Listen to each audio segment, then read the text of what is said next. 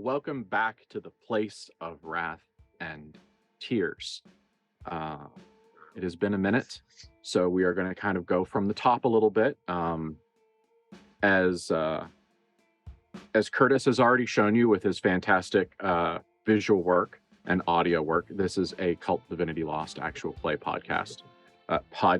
Oh my God. Guess what I listen to all day at work? This is a KULT Divinity Lost actual play stream where we tell a really great story with really great people about terrible people. Specifically, the three main most terrible people that we're focused on are the Van Horst siblings, who are in various ways the paragon of everything that is both right and wrong with America in the mid-50s.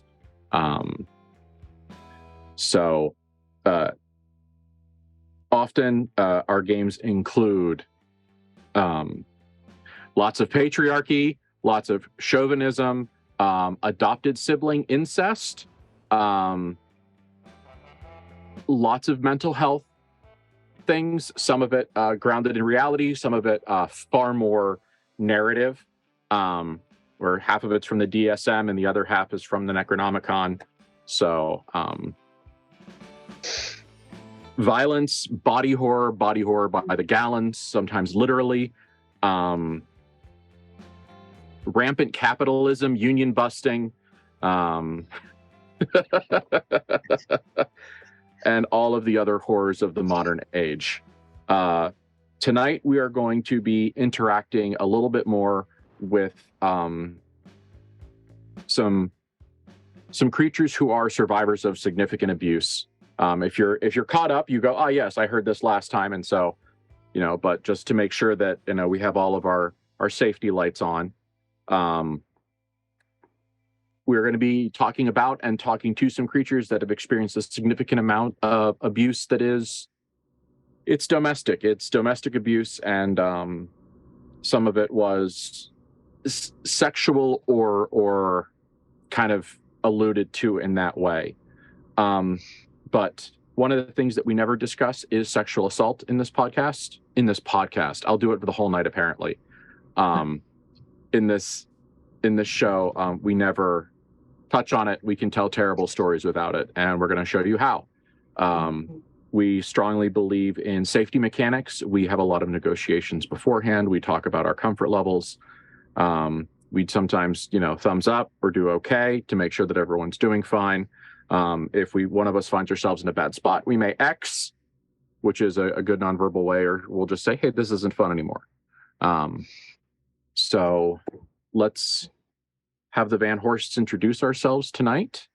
Tell us who you are and who your person is, and give us the briefest of blurbs about them, and then we can introduce some monstrous people to some people-ish monsters. So, Erica, how about you go first? Mm-hmm. Who, me? Yes. Yeah, you. Sorry. Hi, I'm Erica, she, her. I'm playing Clara Van Horst, also she, her. And Clara is an actress, is the eldest of the three, and is currently starting to put on a review of the movie Metropolis in Las Vegas show style form for these siblings to gain power and followers and worshipers. And it's very strange and going to be very fun and interesting. And I'll popcorn it over to Elon. Hi, I'm Elon, he, him. I play Matthew Van Horst, also he, him. He is an embodiment of the combination of capitalism, toxic masculinity, and the ripe old social mores of the 1950s that we love to hate. He also is in a relationship with his dear adopted sister, Clara. Is not in any way fraught, certainly. He also is the owner of and sort of the designated heir to their father's steel conglomerate, Pittsburgh, and the ideals of capitalistic expansion are something that all follow him even into his attempts to break out of Elysium. And so he's very based around the idea of control and hierarchy. I'm Kate, she, her. I play Bethany Van Horst, also she, her. Bethany is a burgeoning madness magician at this point. She's the middle sibling and has spent a lot of her time very sheltered because she is the crazy one by 1950s standards. And also in general, like she does have mental health issues, you guys. Yeah, she is learning the difference between what is implausible but real and what is just in her head.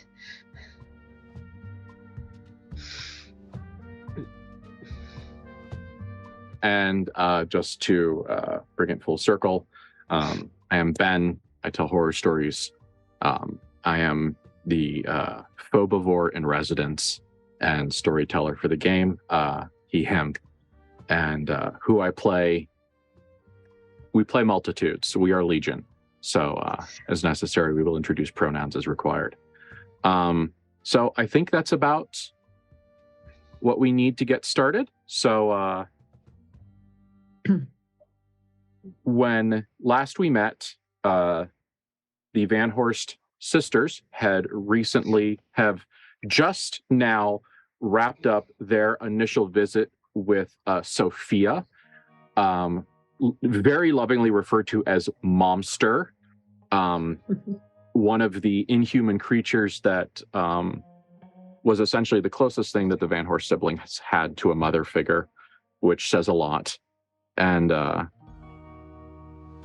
so as Sophia is a protector of some of those creatures who are abuse survivors beforehand, there was a kind of staged meeting. And so now, as the first set of conversations found themselves comfortable and approved and everything was fine, now the siblings, the two sisters drive, I don't know, 5 miles down the road to a little hot dog shop, little hot dog shack on the side of the highway, where Matthew Van Horst and David, his bound servant and family driver, are waiting for some kind of a sign from the sisters. So let's contextualize Matthew in this moment. As your sisters drove away to talk to Sophia, this process was very spy novel-esque. There was lots of messages and dead drops and things like that, because there is a layer of protection that is both deserved and earned from for the end group. And so as they drove off to meet Sophia again, big yawn. How is Matthew feeling in the, I don't know, probably hour where they were gone? So Matthew is very good at conceal, don't feel. It is the way that he has been taught that a man should behave. It is the way that he himself thinks that men of power should behave. But by the end of that hour, even someone who isn't David, who is so perfectly attuned to his mannerisms, could probably tell that he was nervous. Outside of their father and his sisters, there is no one whose approval that Matthew desires more than Sophia. Like, she is someone who raised him. She is someone who he wants. Is, as was mentioned, even through the fact that she is this, inhuman creature, she is the closest thing to a mother that he's ever had. And she is someone who, when they last interacted with each other, he's, stated that she loved them, but at the same time, there was an element of how much of this is real. And because how much of this is what she was bound to do, how much is this what she must be in what she has been created to. And as he's more and more unfolded what it means to be able to control and what it means to be able to mold, especially with David right here, there's a fear that instead of that absence will have bred contempt. And so like there's a nervousness to him. Like he is very like he's making notes about like things that he's going to do when he gets home. He's doing all this business stuff, but it's clear that he's trying to keep himself busy talking to David sometimes to like get more information about like this thing or that thing. But he is a tighter and tighter wound spring as this goes on, because there's a fear that I think that there's a fear both that he won't be able to see her because they will decide that it's just too risky for the men to come in, or even worse, that they will want to see him and be disappointed in him.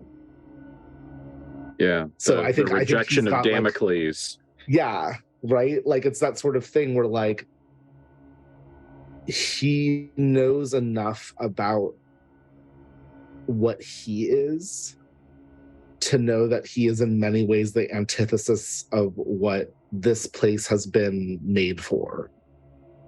Yeah. And it's not like it's like, oh, he understands, all the intricacies of the patriarchy and that sort of thing, but he understands enough from, let's be honest, a lot of the times when Bethany calls him out, that he knows that he is something that is in some ways antithetical to the healing process of what these beings need. And at the same time, he is someone who desperately wants to see their mom. Yeah.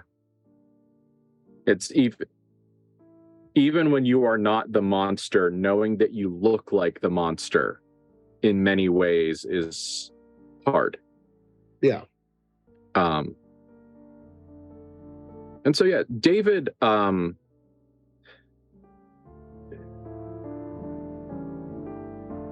it is interesting with the binding that you have with David, because it is clear that David, if not just through literal compulsive observation, it maybe through the bond that you two share, is definitely noticing that that Matthew is winding tighter and tighter and tighter and tighter.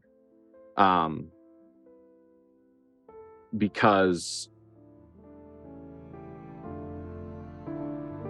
there's a couple of points where David, in one of the quiet moments of waiting, David has definitely looked up at Matthew and kind of done the thing that a body does when they prepare to talk. Like there's an extra intake of air and like the shoulders move and kind of like the mechanism of the jaw starts. And then he just, like, you can just kind of watch it go like fizzle out as he is entirely uncertain what to say. Because while the dynamic and the binding that you two have is a powerful one, it is not one that allows for David to be comforting. Yeah, at all. Even a little bit. This is not a power structure that David can be like, there, Matthew Van Horst, it's gonna be okay.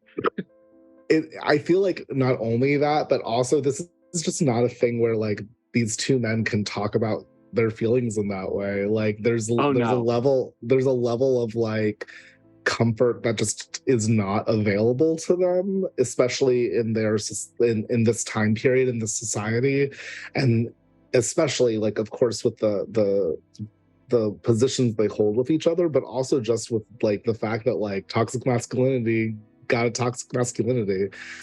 So I feel like it's a very awkward hour. Like this is just an awkward ass hour. Like Matthew has probably had more drinks than he should have.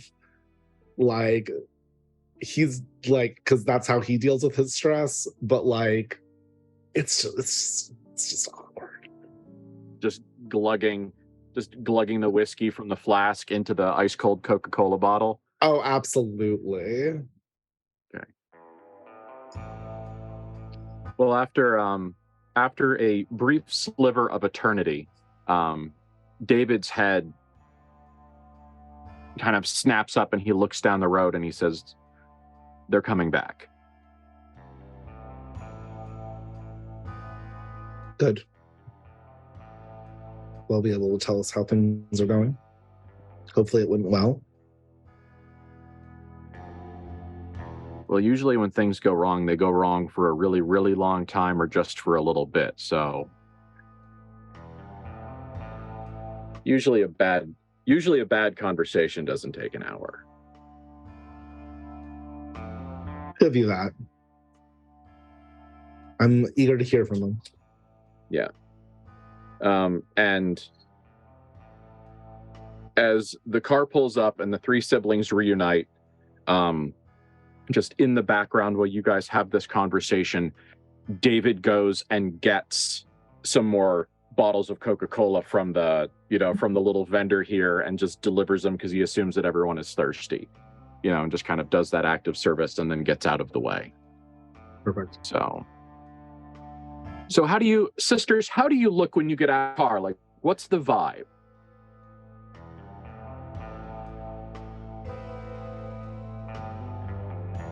I look pretty relaxed. I was like, I think we looked really like pleased and happy. It did go really well. Yeah.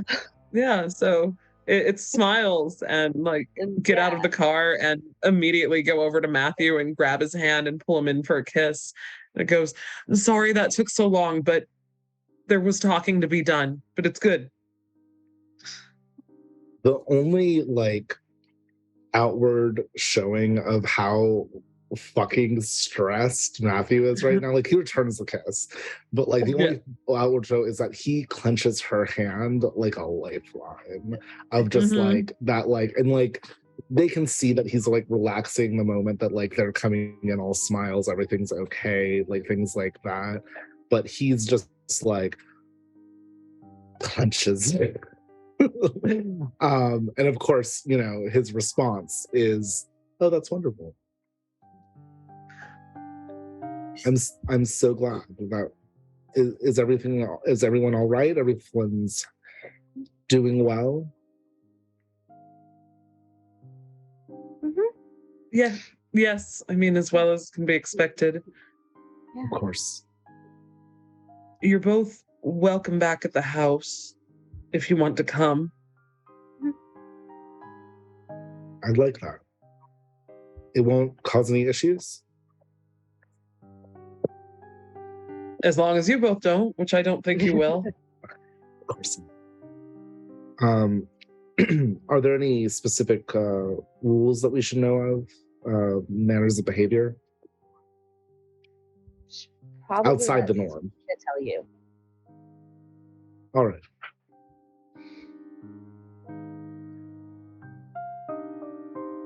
Yeah. How did it go? I mean, was there anything that I should know beforehand? It's good. It's good. It's really good to see her. It'll be good for you to see her too. It will. I look forward to it. I've missed her. She knows that David is bound, and she won't be bound herself.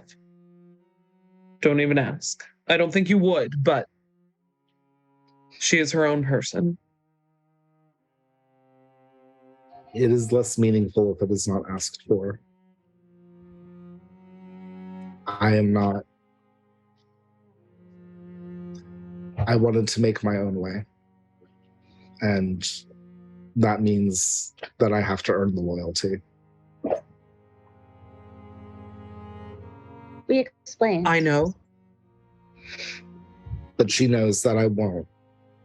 Yeah, we explained. Good. If she had any concern that she thought you would push it, I don't think you would be welcome back. So she knows you won't. Good. How is Malice doing? Out of diapers? Yeah. That's still very strange, but all right.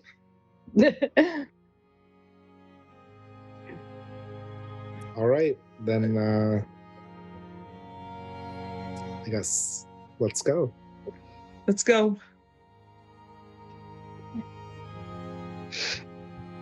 Clara happily takes that Coke and then gives he them back will to give them the and- Cokes. Yeah. But she holds on to Matthew's hand. She happily does not let go, at least. Matthew is very much like, oh, Clara's holding my hand. Well, I guess I gotta hold it for her. Make sure she feels all right. Help bolster her. It's time of stress. Yes. Exactly what that is. Yep. So no answer to this question is wrong. Do you want to go back to the diner to talk with Sophia, or do you want to go straight to the safe house? I feel like he's assuming that like Bethany and Clara know the appropriate like way to do things in this specific situation, so he's gonna go by whatever they say. It's literally just like, what story do you want to tell? Like, there's no logistical. Yeah. I think Bethany is under the assumption, or at least thinks that they should go back to the diner because that's still neutral territory, as it were, for the introduction, so that if it goes badly, if something goes wrong, they're not there. And that means that like there's still a chance to get to that place at some point. Not that she's expecting it to go badly, but she also thinks that like Sophia will feel better about it, having just had a very good encounter, and having the girls scamper off to be like, we're gonna go get Matthew now, and then come drag their brother back to see her, which is probably a thing they did as kids. Yep. Yeah. Greater than zero chance. Yeah. Also, on their way back to the diner, Clara would say, David, I think you should come in. I know that she wants to see you, Matthew, but she should meet David.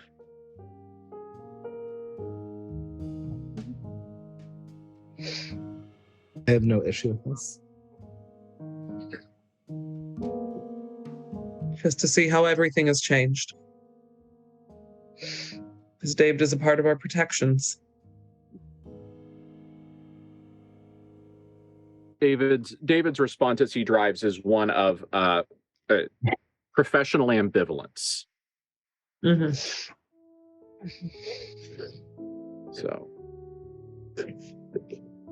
So this diner, Matthew, is just, I just listened to the last episode to remind myself like everything that happened, and one of the things that I did kind of catch myself commenting on is that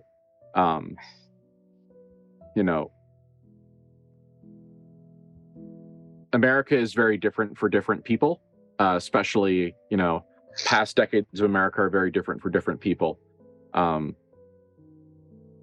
so I was kind of thinking about whatever it is. I'll deal with it later. But when you pull up, it is this very small little diner. It's one of those, like if you said mid-50s roadside diner and snatched that vision out of your head and plunked it down in front of you, that's what it is. It is just, kind of the titular shape. And standing in front of it, leaning less in the kind of not sure when they're going to show up and waiting, but now kind of knowing they're just coming back, so haven't settled perfectly down into a long wait pose, is Sophia. She is still, her is the same as the illusion that you're used to, the same kind of like the well-built Swedish woman of indeterminate age, heavily scarred. You know, the scars on her cheeks are still there, but now instead of her hair being braided and up, it is now loose and down around her shoulders. And while the slacks that she's wearing are very like no nonsense, she is also wearing a bright, what did I say, turquoise, a bright turquoise dress shirt with up in a, and this is probably, Matthew, the first time you've seen featuring clothes that she picked.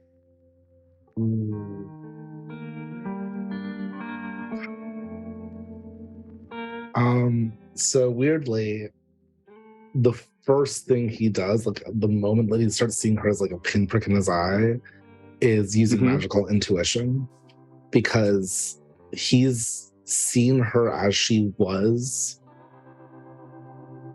in that way. Okay. But he wants to see the truth of her now. Okay. And what that means. And sure. There's a lot of feelings there. Yeah, I'm not mad about it, honestly. It makes a lot of sense. So how about you do that? Like rolling dice for the feels.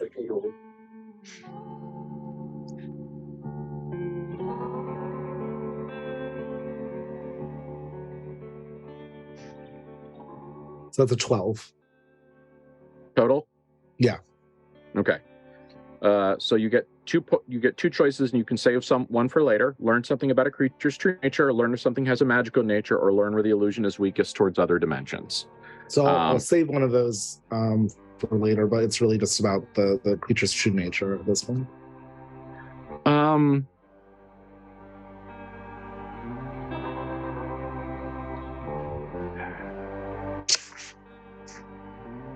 Do you think, Matthew, that your family ever, like, let's hard into rich privilege here? Do you think that your family ever went to Africa? Like, do you think that the Van Horsts ever went on safari?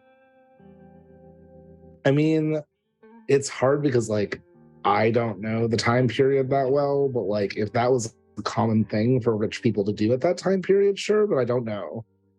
I don't have the information of the time period. It sounds like something that like gross rich white people would do in that time period. I just don't know if how likely it would be. Erica's making faces, so she's like the person I would ask.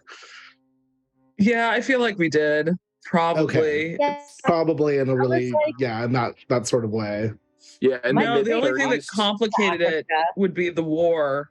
And I was like doing the calculations of our childhood versus the war. But I'm like, we would have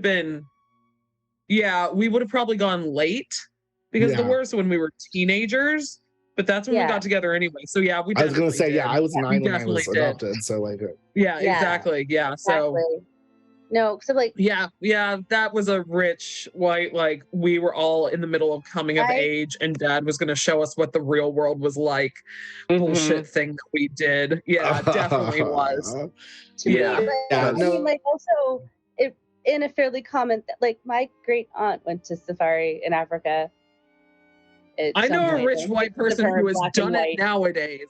So like no. But her study, like there are maps on the wall and muskets and shit. It was a wild time to walk into that house. Let me tell you. So the answer is yes. Yes, the answer is yes. Okay. So I'm gonna lean into that in a second, but I also want to take a pause and think about the fact that something that just hit my head there's an extremely good chance that Malus von Horst had a business trip to the Belgian fucking Congo. Oh, yeah. When you guys were kids. Yeah. Yeah. That's like terrible. there's a real good chance that Papa Mal went to the Belgian fucking Congo for business and then took you guys on safari. Yeah. Yeah. I hate sit with that. Yeah. Yeah. Oh. That's on brand. Yeah. We're protagonists, but we're villains. It's all right. We know this. Villain protagonist is a trope on TV tropes for a reason. Yeah, absolutely. Yeah. So when you went on safari, now that we've established, like, you know, safari, if then yes. When you went on safari, one of the things that you saw was a pack of lions. Okay. Because you know that's the kind of diet that Malice would like make sure I saw in the wild, you know. Because like because you know he's giving Matthew that like King of the Jungle speech. Oh yeah. But at the same time, like Matthew was hearing that, but then at the same time there was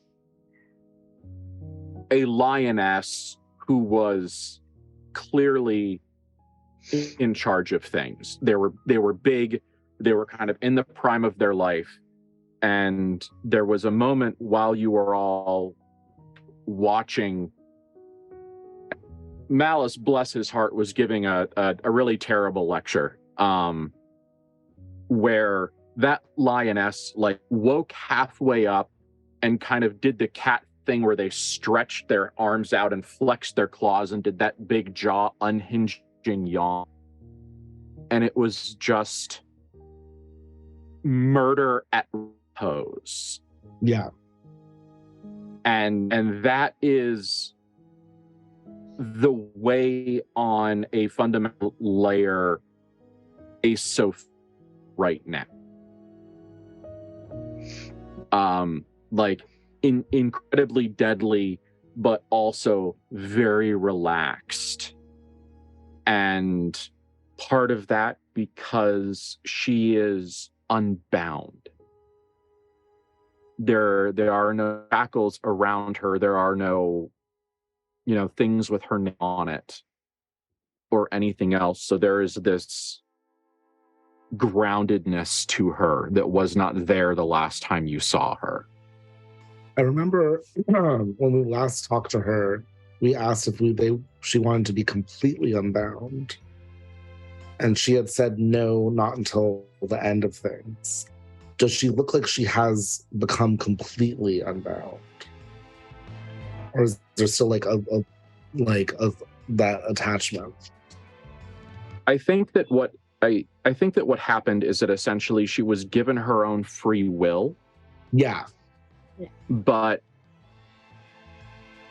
kind of the way I remember the conversation going was that essentially what she wanted was to be set free, but in a way that no one could ever bind her again. Yes, that's what I remember. So in that sense, she is unbound. Okay. I just wanted to check and see if anything had changed from last time. Nope. That was just a conversation that was like 3 years ago in the real world, and that's forever. Very valid, which is why I was checking in. It was also like 4 years ago or so, like in the fake world, because like that was like in the first season. Like when Matthew gets out of the car. Yes. When I'm like, and tell me if you want to wait like for the pull up and stuff, but like, no, go for it. When he does, there is this conflict, right? Like there's a conflict in him, and there's the part of him that is like instinctual. I'm here to like dominate this conversation. I am here to be the controlling factor of this hierarchy, et cetera, right? Warring with, he's like putting his chin up and he's throwing his shoulders back, and it looks like when he was a little kid and Sophie would be like, you know, are your clothes on right? Are you like, you know, have you washed behind your ears sort of thing? It's that sort of like conflict of like the man that he has become and the child inside him that still sees her as an authority figure, right? Yeah. Like there's a clear conflict in that, and they're both him and they're both happening. Yes. But it's clear that there is a part of him that like can't help but see her as what she's always been to them. Like an employee who's also the person who raised you is a complicated thing, especially when they're not an employee anymore and they're now just the person who raised you. And so there's a level of like Matthew, like in his body language, being so upright and so clear with it, and the reasons behind that being very complicated. Yeah. You're right. And he will, of course, open the door for Clara to get out and all that other stuff. And Bethany as well. Though she's usually on the other side, so David's probably doing that. Mm-hmm. Bethany, as David lets you out, you hear just very quietly in one of his voices, just fucking hell. It's just, you know, doesn't really describe what fucking hell he's thinking about, but something in the past couple seconds has made him swear underneath his breath. It is definitely the most uncertain I feel that like David has ever seen Matthew. Yeah. Yeah. Like, how the fuck do I interact with this? Yeah. And Clara is very comfortably settling in on Matthew's arm. We are far from society, anybody we know other than Momster. And Momster knows she's pregnant. She's like not hiding anything.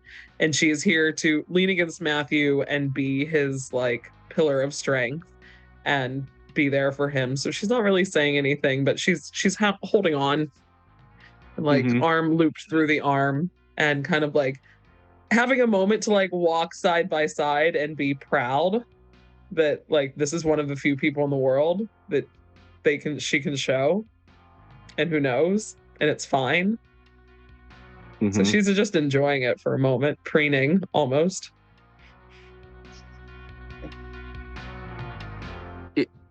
It is clear to you, Matthew, that as Sophia walks towards you, she is also dealing with a level of complicated emotions. Like, because like when you get out of the car, she starts walking towards you, and I don't want to say it's brisk, but it is excited. Yeah. You know, but a very familial excited. And then she kind of slows down a little bit, not bad, but kind of like recognizes that your body language is conflicted, and just kind of pauses for a minute, and then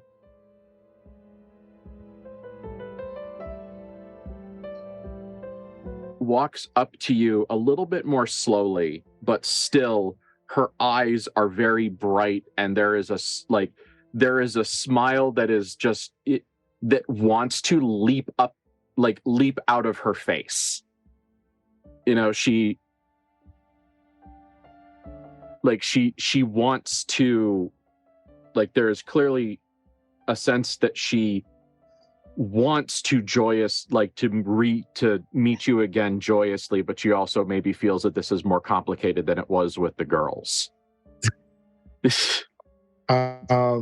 Matthew can't, like, it's that sort of thing where like if you smile at someone, it's hard sometimes to not like have that release of tension, that release of like smile back, even when you're stressed or something like that. And he's got Clara next to him, and he like has that moment where he goes and like, you know, he can feel where David is, and David is there, and he probably does this thing which is very creepy when I actually think about it, where he's like, oh, where's David? David's there. Can I just like peek through David's eyes really quick? Bethany's there. Cool.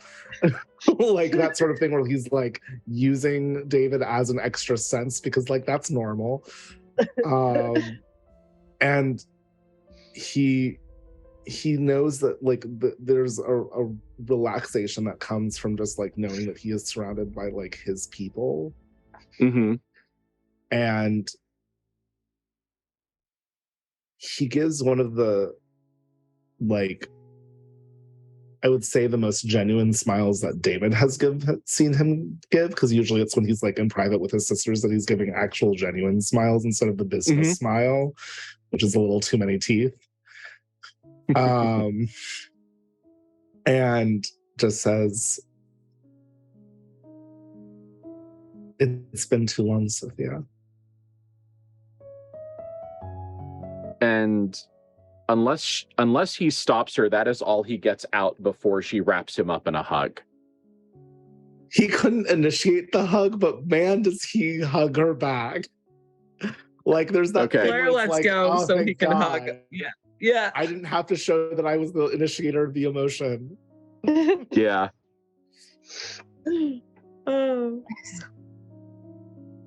He hugs her good. like she's a fucking life raft. Like there's so much that has gone on since he last saw her, and there's been so much like that, like, man, that they've all gone through, and he just hugs her so tight.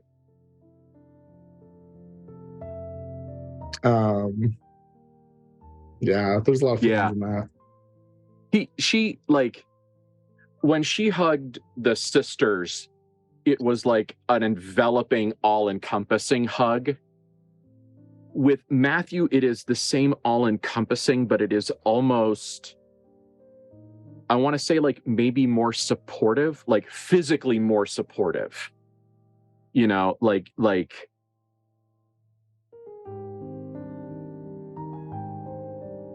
you know, she kind of has her hand on the back of his neck in that just like, whatever's going on, it's going to be okay. That kind of hug. Oh my God. And, you know, you can hear her voice in that kind of slightly lower register it almost sounds like glossalia for a minute, until she kind of stops and clears her throat and says,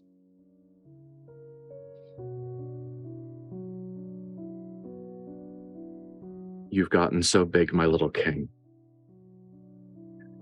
Oh no.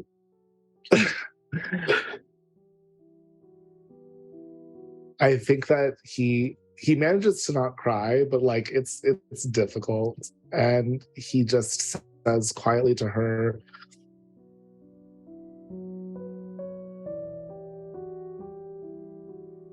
I've worked so hard. Did I make you proud?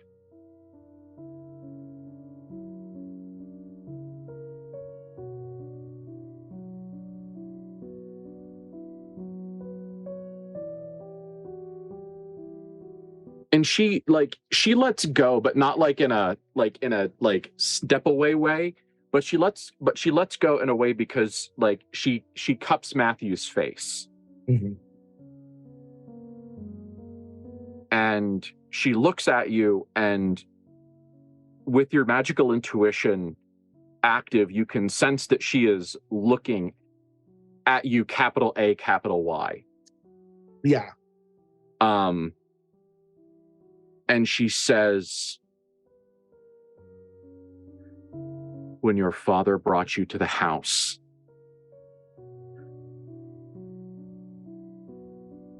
and you were so very sick, from the day you decided not to die, I have been proud of you."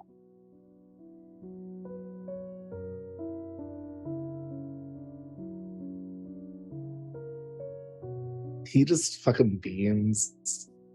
Like, Yeah. he's needed this. He has like there's so few people who could ever give him true validation in the way where he is not worried that it is in some way twisted or complicated, Compromised. or that he has to are compromised, and it's his sisters where things have been hard, and they all love each other, but they're all flawed, and they've seen him at his worst and he's seen them at theirs. And there's his dad, which is like, oh boy. And there's Sophia, and he just smiles at her and says, well, there's a lot we have to talk about, isn't there? That's what I've heard. You want to sit down? Yeah, I do. And then she turns around and kind of knowingly gives you 3 a second. Turns around and she opens the door to the diner, and you can hear her in her projection voice. She goes, I've got good news and news. The good news is that we're back, and the other good news is that we're still good tippers. So she's wrangling a table. Yeah. Matthew looks so grateful at both of the sisters. Like, he looks at Bethany, he looks at Clara, and there's just like this weight lifted off his shoulders. Like, Momster has given approval, thank fucking God. And he knows that like a lot of this is coming from, the efforts of the siblings to put him in a good light. Because he knows that like that there are aspects of him that are more like his father than maybe Sophia would want. So yeah. To put it lightly. And he just looks at them both. He gives Clara a big smooch. And he looks at Bethany a little bit longer. And like there's that sort of like meeting her eyes, because Bethany is also the one who calls him out on his shit most. And he just kind of like smiles at her, and it's again like one of the more like joyful expressions she's seen from him in a long time. Yeah, Bethany is definitely like beaming back and like gives him a little nod with the like, it's just sort of a look on her face that is, one, very happy, but two, like an I told you it would be okay. And like it was one of those like, of course it's okay, it's okay.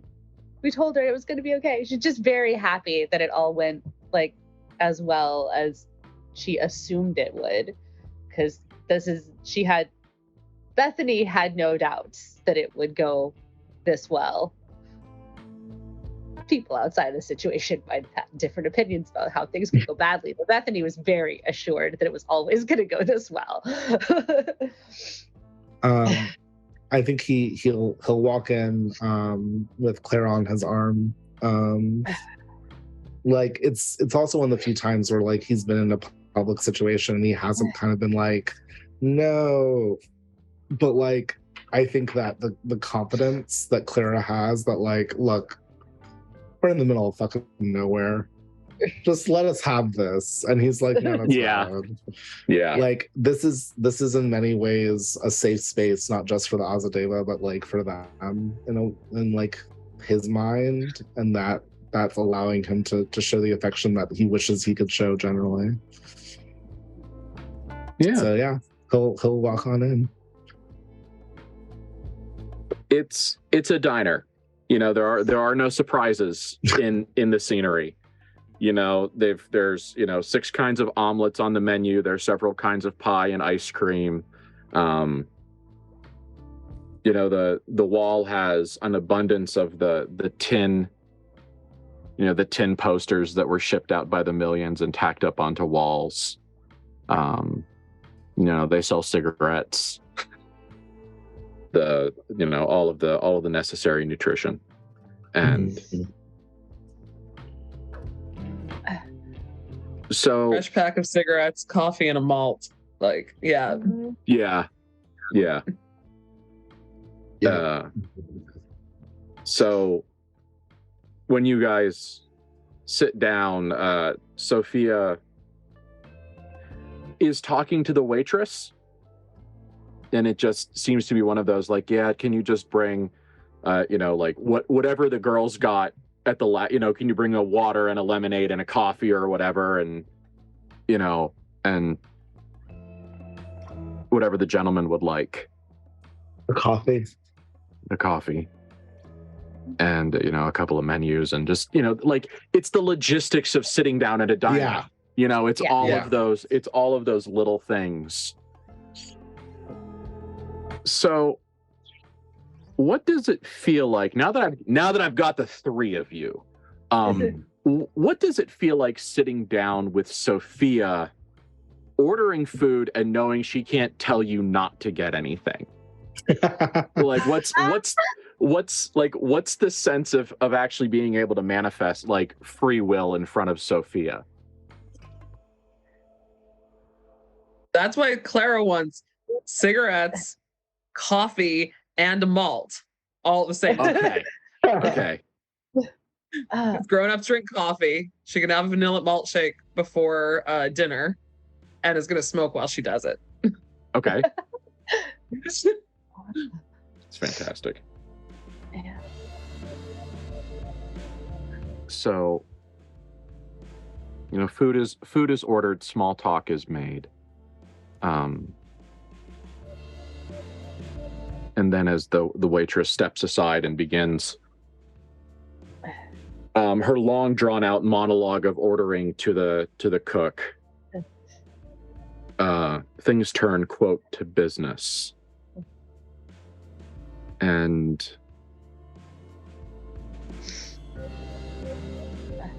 I think the first thing that Sophia brings up is, so you're going to be a father again.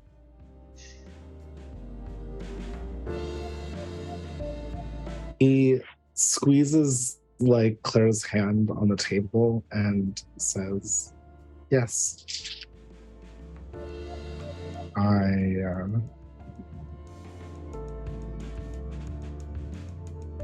It's a much more joyful occasion than the first. Clearly. Well, I hope that you are both. What am I supposed to do? Wish you well? But no, you both seem very content with it. You both seem well. So we'll find a way. That's what yes, matters. You always do. You two have been finding ways for quite a long time.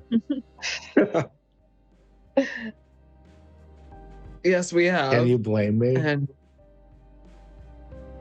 And I was not brought up with the same list of things that are to be done and not to be done. And so there is nothing that the Van Horsts can do that will shock me.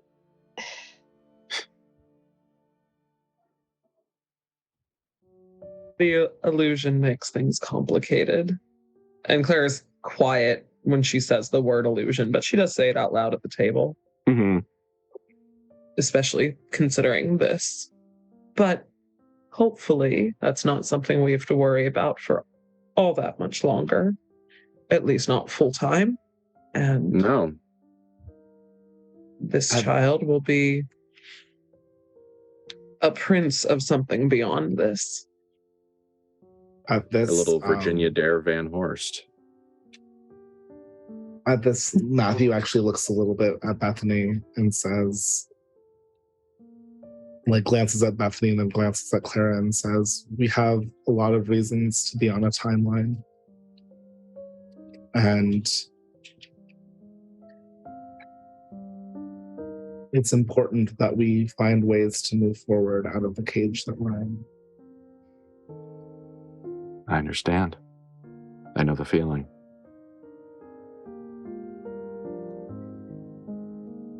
Have things been going well in the house?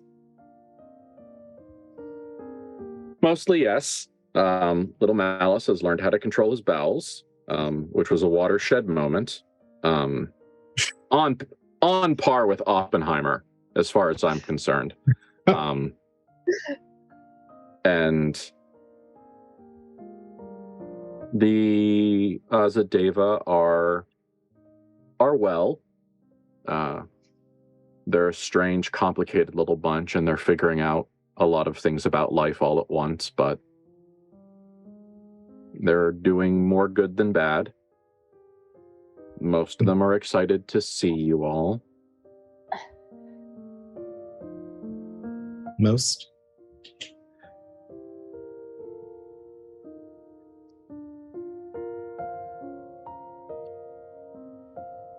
For most of them, the three of you are the end of a bad time.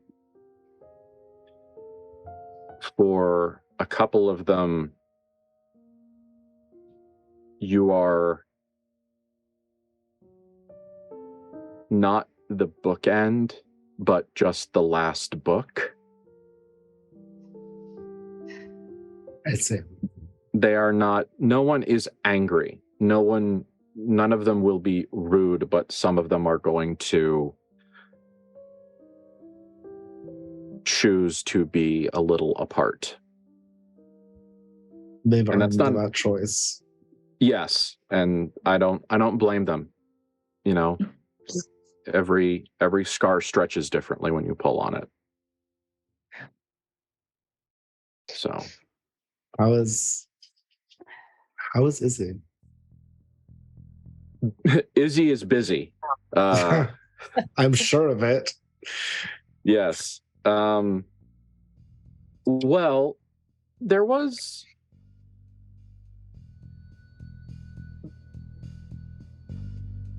overall it's been fine. There was one incident where an interested party thought they found her. However, what they found was me in a bit of a bear trap. So I sent that person home over the course of 4 weeks in 17 separate boxes, and it's been quiet. Because I didn't refrigerate them. So you probably by about the 5th box, there was a lot that was learned. Yeah. Goodness. An important lesson. And it definitely has like a moment where like Matthew's clearly like filing that away for like, if I have to deal with mobsters. Yeah, like mailing parts of people to other people has always been like a plus move, right? Like he's like internally taking notes. Don't use refrigerators, makes it worse. Okay.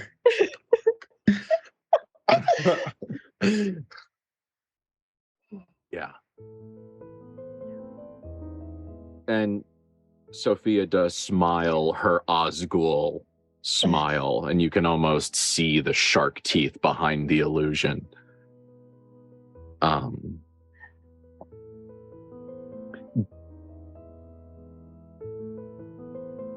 And so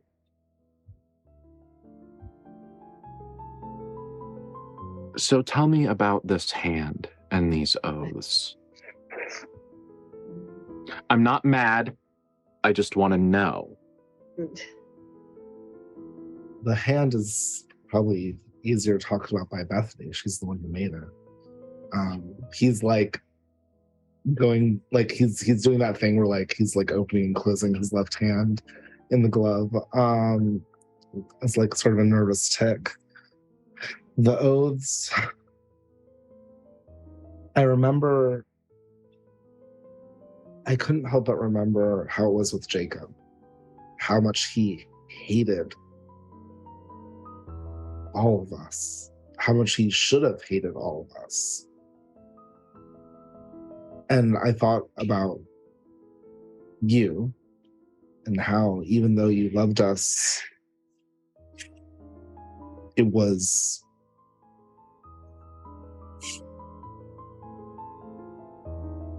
the parts of your love that were forced weren't the parts that were good. It's a fair way to say it. When things started to change for me, when I knew that I had to be a king, I didn't want to be a king with slaves. I wanted to be a king with subjects who wanted to be my subjects.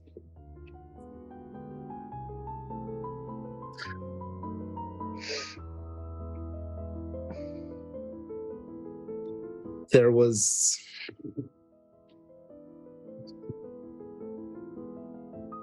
I wanted people to want what I could give them and what I could take from them. I wanted it to matter, to feel like it wasn't one-sided. Because that's never how real kings have ruled. Those are the kings that are overthrown. They're tyrants, they're not kings. I wanted to be better than that. And so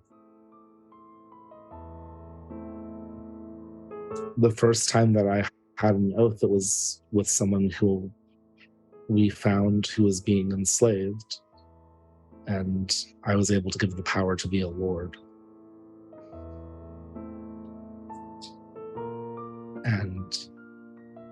And then he looks at David and says, and then someone asked to be a knight. And it felt right. The oaths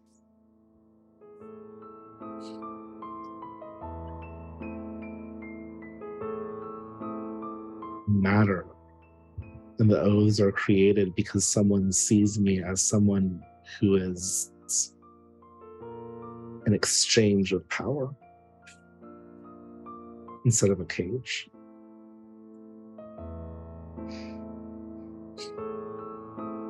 Freedom through service? Yes. We all find people and things and ideals to serve.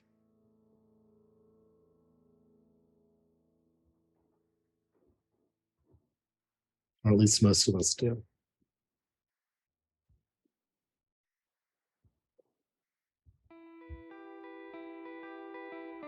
Don't forget to question yourself. He looks between Bethany and Clara and decides like a moment and like says,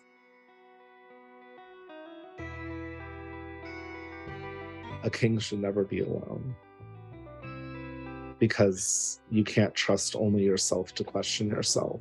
You need to listen to others. That's something I've learned.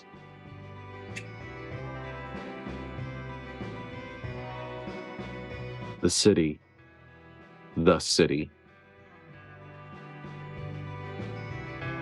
It was made by tyrants. No.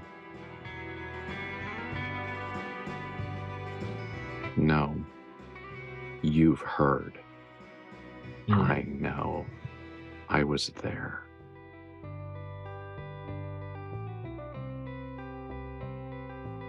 I don't want to repeat what the past has done. I don't want to be what I've seen. Metropolis craves tyrants.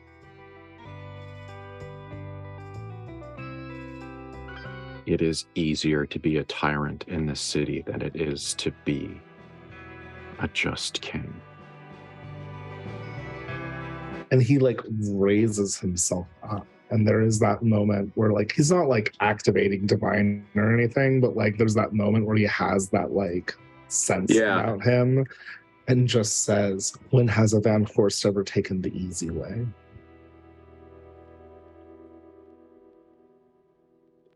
And she goes on a face journey and essentially just like rolls her eyes and says, yes, fine, whatever.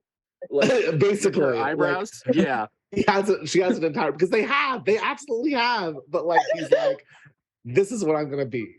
I'm not going, and he does like finish with, we are the legacy of the Van Horsts. We're not going to let that not learn from our mistakes and the mistakes of those before us, even if it's hard.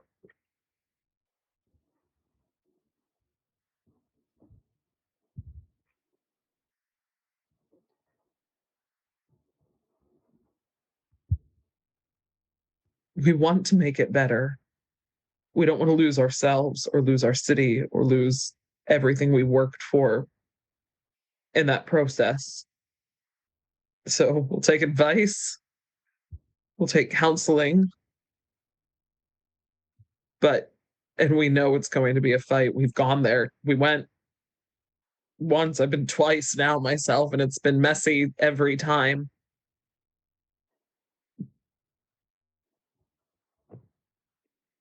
But it doesn't mean we give up. No. And it doesn't mean we become tyrants and we just take the easy way, because that's the only way to go back.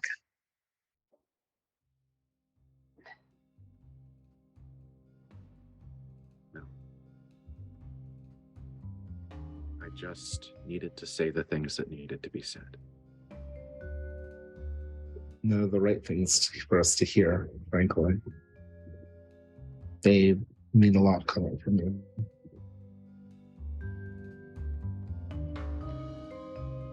Sophia reaches her hand across the table to Matthew. Like in that, like, hold my hand, like a very he will like return the gesture. And she holds his hand very not which hand? Important whichever one you put out.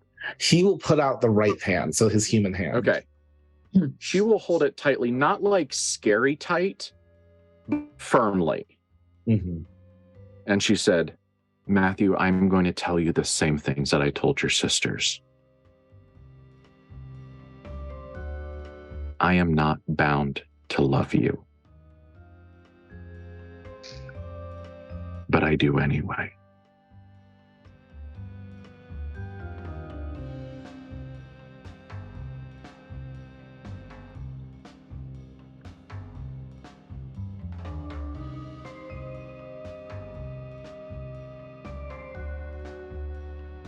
And he just leans his forehead down onto their clasped hands. And like, there are no tears that leave his eyes, but like they hang out. It's wet. Yes. It's like it's a little wetness on that hand. Mm-hmm. And he just like stays there for a moment and then like lifts up and like, you know, blinks his eyes a few times. It's fine. Everything's fine. I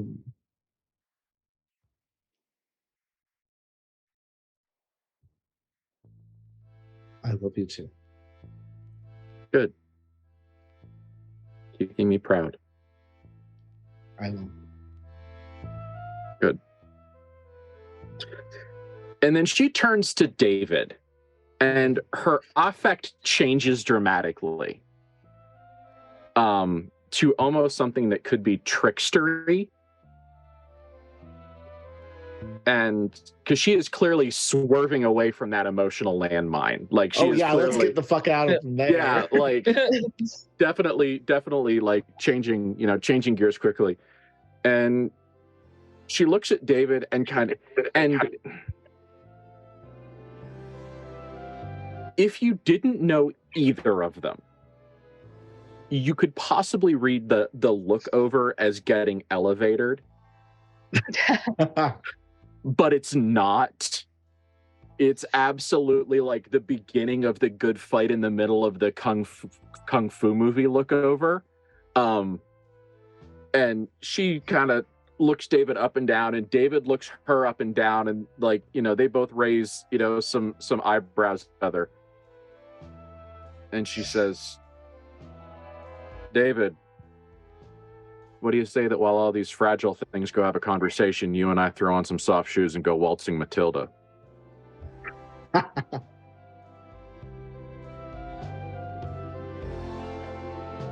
And two things happen at once. One of them is an external response from David, and the other one is the thing that Matthew feels. Yeah.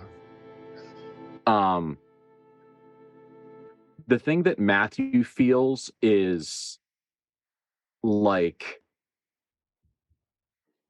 the way a big engine feels when it revs, like that kind of subsonic purr. And what David says, like, David actually cracks a grin, like an honest to God grin. And he goes, oh, thank fuck, I was trying to figure out how to ask you.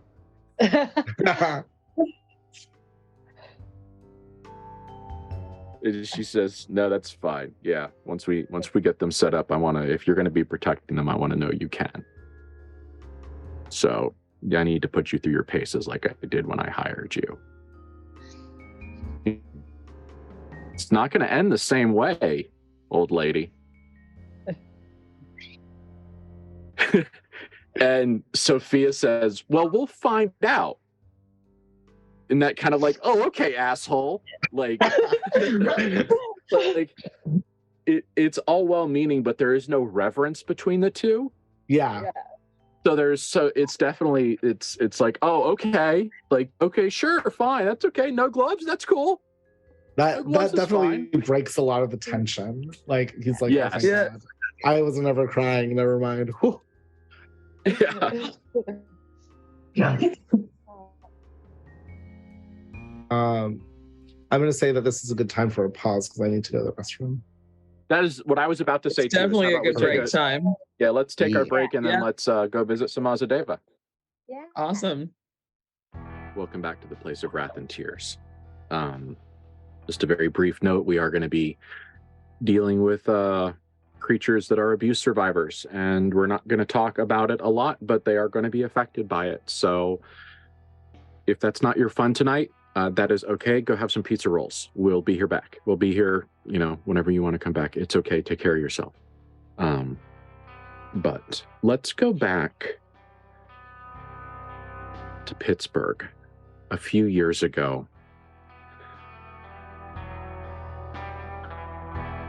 This Azadeva does not have a name that can be translated into English well. Azadevas are creatures that were made to bring hallucinogenic pleasure. And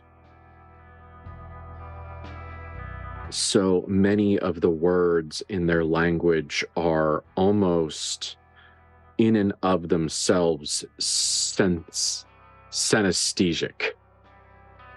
in that they are more designed to attempt to encapsulate a sensory experience. So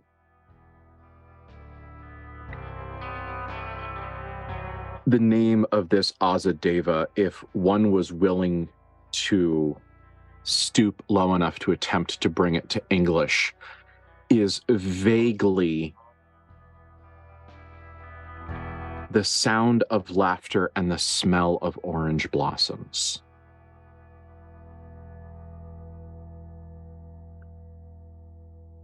For ease, we will call this Azadeva Orange Blossom.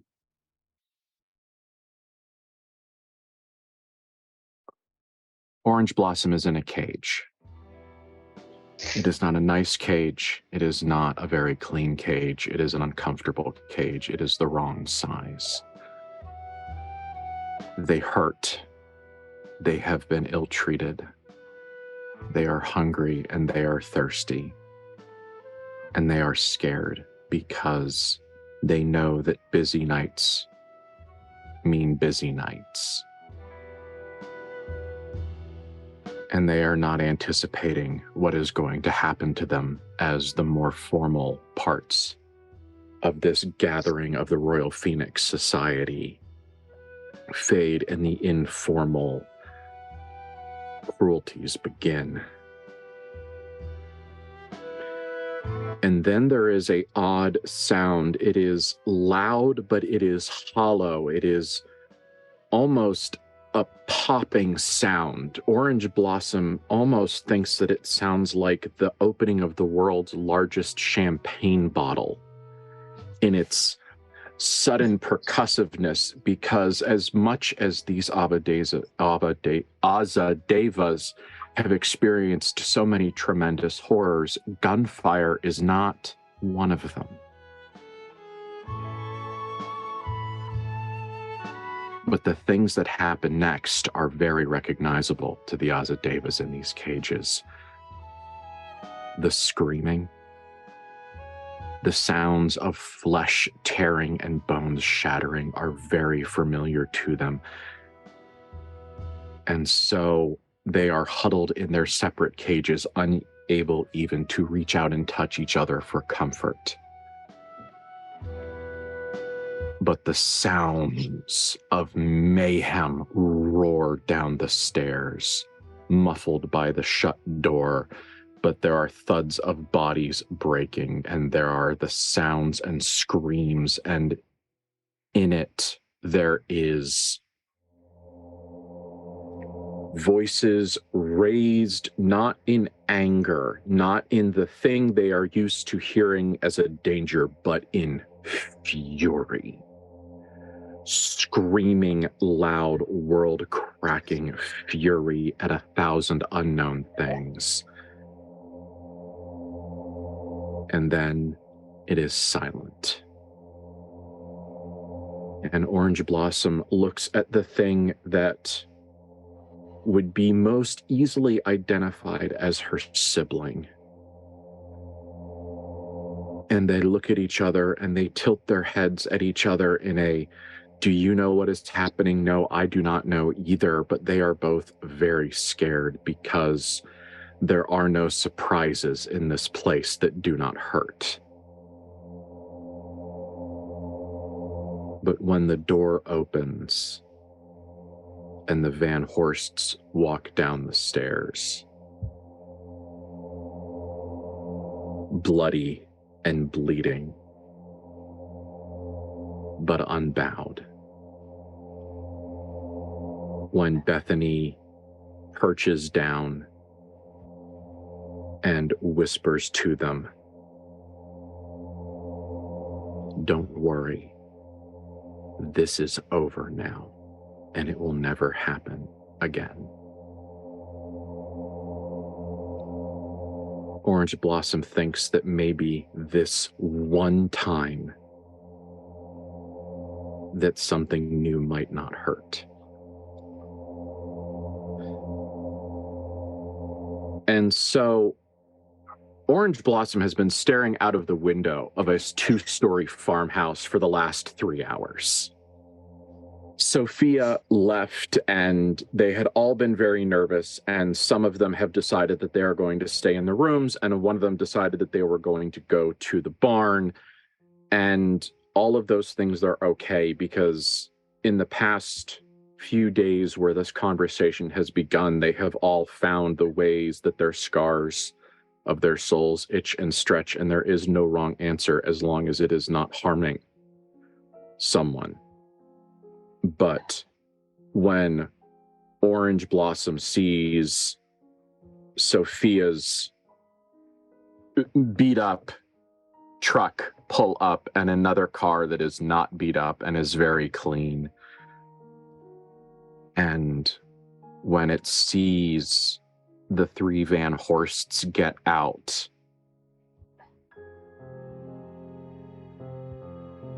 there is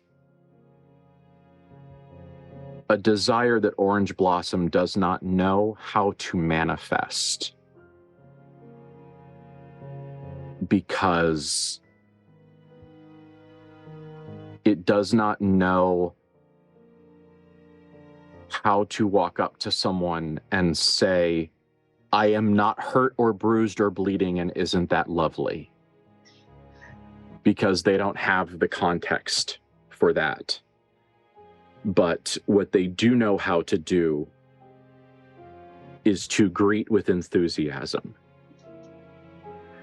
So Sophia gets out and stands next to the truck, and the Van Horsts get out.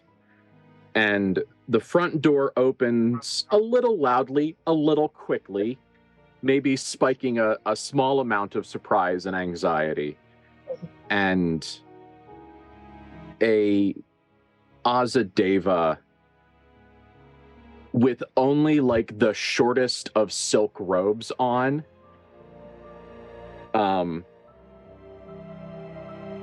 comes out of the door and down the stairs. For those of you that don't know, Azadevas are sexless creatures of indefinable, inhuman beauty. They also produce a hallucinogenic musk from their bodies that can bring people on journeys. They are literally pleasure creatures, artificially made for entertainment. And so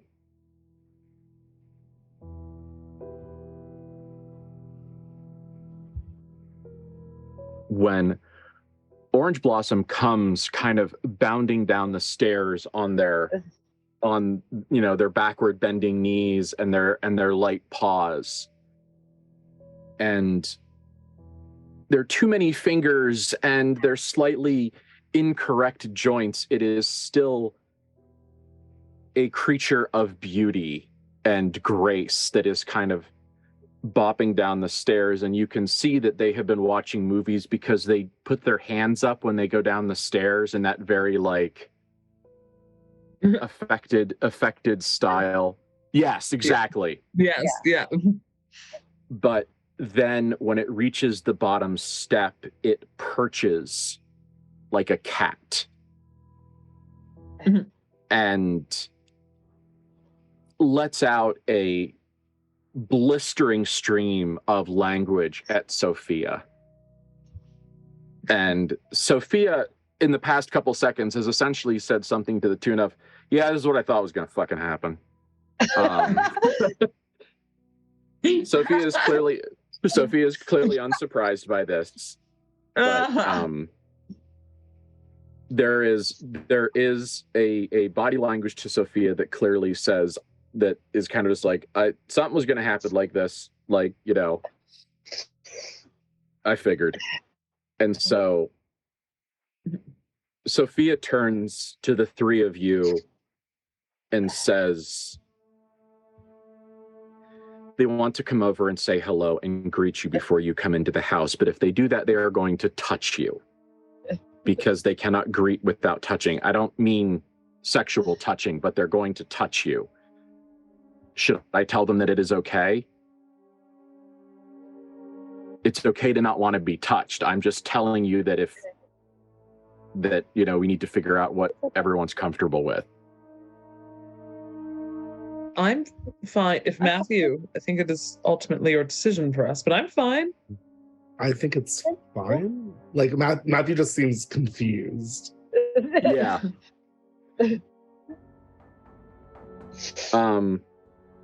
Do they know that generally for humans, women touch easier than men?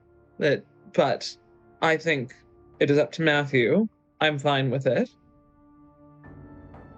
Bethany can speak for herself. It's fine. Yes. I suppose it's fine. That one's like, fine. Matthew was speaking in the way of like someone who's never been asked, like, are you comfortable with touching? He's like, oh. Yeah.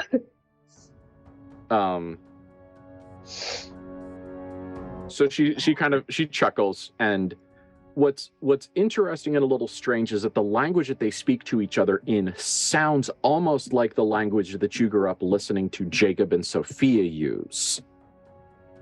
But there is a depth to it that was absent between the two Osghouls talking. It's like this is the rest of the language that they didn't use with each other. And so they have probably like 15 seconds of rapid fire exchange of information and thoughts. And then this Azadeva comes down and you can smell its name. So you can smell orange blossoms and you can smell citrus and lemons and sage and silver and some undefinable smells. But I think probably the thing that it reminds you of accidentally, but I'm delighted with it, is the way the kitchen smelled at your house when like a big dinner was being put on. The smells of citrus and herbs and you know, other things. And so yeah, it comes up and it just kind of like touches all of you on your faces, and it thinks Matthew's beard is just absolutely enthralling on a purely, but it's, the thing is that it's clearly an adult. Like, in as much as it's enchanted by things, it is an adult. So it's not like a child's thoughtless, oh, look, he's got a weird, like his face has a weird feel. That's so interesting. It's very much like, oh, that feels so nice. Like, definitely that kind of like, oh, your beard is so nice and soft. I like that. You know? And he does have a very good beard. Like, immediately agrees. Yes. And that's actually probably the first words in English that Orange Blossom says is oh my goodness, you have such a nice. And it pauses and it turns to Sophia and rattles off a couple of words. And so it's like ra-da-ra-da-ra, pelt, ra-da-ra-da-ra. And Sophia goes, no, ra-da-ra-da-ra, beard, ra-da-ra-da-ra.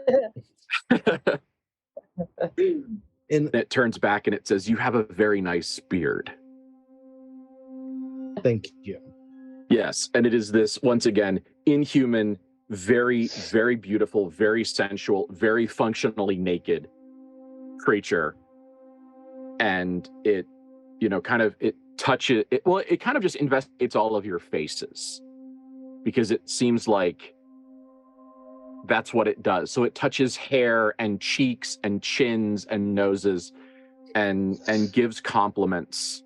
You know, I like your lips, I like your eyes. Like it's I feel like the alienness of how it is interacting with us is what, like, for Matthew, is able to slot it into a very non-sexual situation. Like, normally, like, if like a sexy being ran up to him and started to stroke him his face and like getting all up in, it's like he'd be like, whoa, whoa, whoa, whoa. But like, whoa, because buddy. because it's just so like weird, but like joyfully weird, he's able to kind of be like, okay, this is fine. Because it's so out of the norm of what he associates with sexuality and sensuality. Yes. And so Orange Blossom smiles and it smells happy and its body language is happy. And it says, this is a much better place than the last time we met. Yes. Yeah, very much. Yeah. None of us hurt, and I feel very good, and I have eaten today. Would you like to come in? That would be lovely. And David decides that he's going to stay outside. David's like, what the fuck is this? Well, remember, like, not only is David a murder machine, but David is naturally, as a human, ace. Yeah. Yeah. So there's Yeah. there's a part of him that's just kind of like, this is 2 scoops of alien weird for me. So he's just but he definitely, like, the body language of of a person in service saying, I'm gonna stay outside for this one. Like, I think it's just better that I do that, is very clear. You know, it's not just like, I'll be on the porch. Yeah. And so you are led into the farmhouse. And so where you are it is clearly several acres that was bought, and it was sold in parcels. So a lot of it is kind of being reclaimed by the forest over the last 100 years. But there's a solid 200 yards around the house of very clear. Matthew, David feeds you the term field of fire subconsciously. And he's kind of like, yes, good lines of sight. I approve. Oh, look, there are some things in the way where if a car tried to drive up to the front of the house, it would hit those things and stop. Very nice. So it's just, it's as much as this is also like a genteel moment, Matthew, you are also very briefly fed a blip of, it would be actually kind of hard to try to kill everyone in this house. I feel like it's a combination of like him feeling that blip and being like, oh yeah, that's great. I'm so glad they're so well protected. And also like the blip of, but these are the ways I would be able to get around it. And he's like, no, Yes. no. Yes. Yeah. It just, that's just where David lives all the time. Yeah. Is just murder.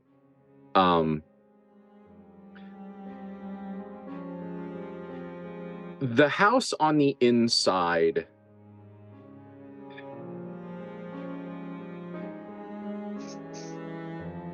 is not messy, but busy.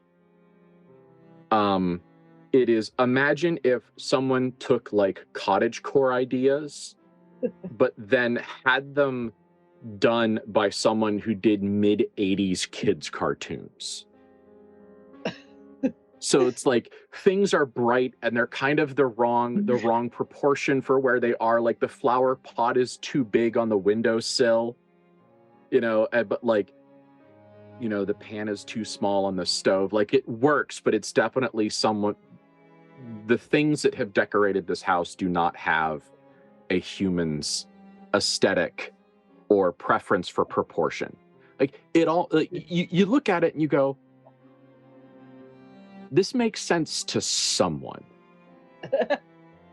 Not me, but someone, And so the door opens and Orange Blossom makes more, yells upstairs in their language. And there's a couple of other voices that yell back down. And 3 more Azadeva come down the stairs. They are more cautious, bordering on skittish, like a deer. And the way their legs are shaped and the slenderness of their bodies does kind of escalate that nervous herbivore kind of sense of them.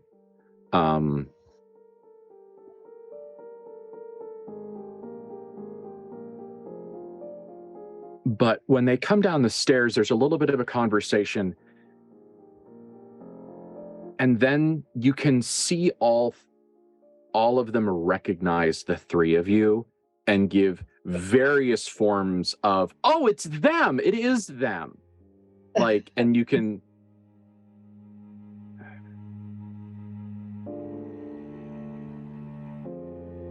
see the healing in them and the time, because you can see in their eyes the way they remember the way that you met, but you can also see that it will not take over their entire thought. You know, you can, like, all of you, like, you guys recognize trauma, you know, and you guys recognize things that are healing from trauma. And so, you know, they come downstairs, and so there are 4 Azadevas, an Ozgul, and 3 humans in this you know, this sitting room and dining room, really, in this farmhouse. And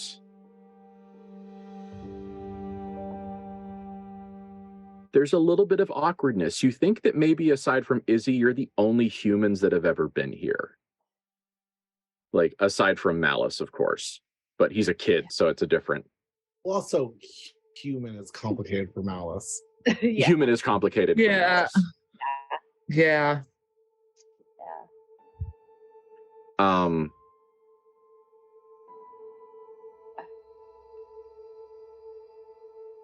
There is a brief, like, there are some hellos and some greetings, and a couple of them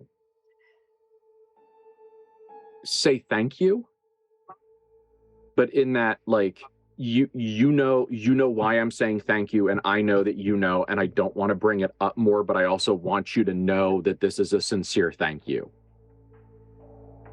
And so there's kind of a,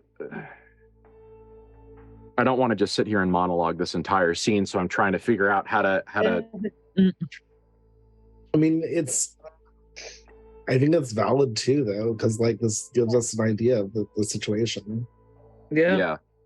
Also, I think that at least Bethany, like, does want to be quiet around them. Yeah. Like, is, like, not being shy and not being withdrawn, and is very, like, there to, for, like, what they want to tell her, what they want to, like, show, but doesn't, you know, want to be loud or imposing, because this is their space, and still feel like theirs and be theirs, and they get to come and see it because they're finally checking in. And so I think that it makes sense that there's a lot of, like, more from them than potentially the siblings at this moment. Yeah. And so one of the Azadevas, their eyes get super duper big, and they have big eyes for their skull shape, so these are like cartoon anime big eyes at this point. Their eyes get super duper big, and they go, "Would you like coffee?" I can make coffee. Sophia, can I make coffee? And Coffee would be lovely. And apparently this question is more intense than you guys knew, because Sophia actually, like if Sophia had glasses, she would be doing this. And she says, "Yes, but you can't drink any this time." And the Azadeva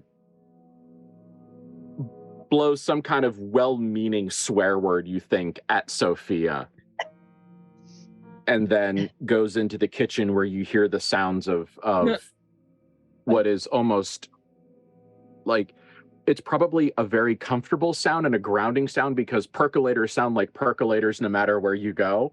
Yeah. So you can hear the sounds of a stovetop percolator being assembled, and water, and the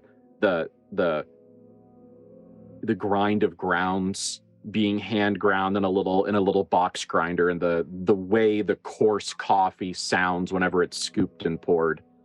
Those are sounds that you recognize. And so it's kind of and it seems that the idea of coffee has set all 4 of the Azadeva down here into a flutter, because in the next couple of minutes of montage that the Van Horsts experience, you realize that the Azadeva have been daydreaming about having guests.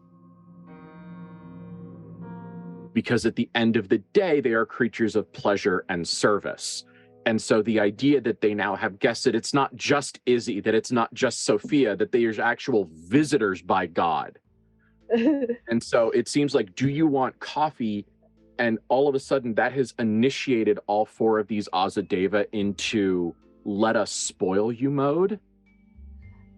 So now there is mismatched china being put on the table, and there are fantastic smelling but childishly irregular like shortbread that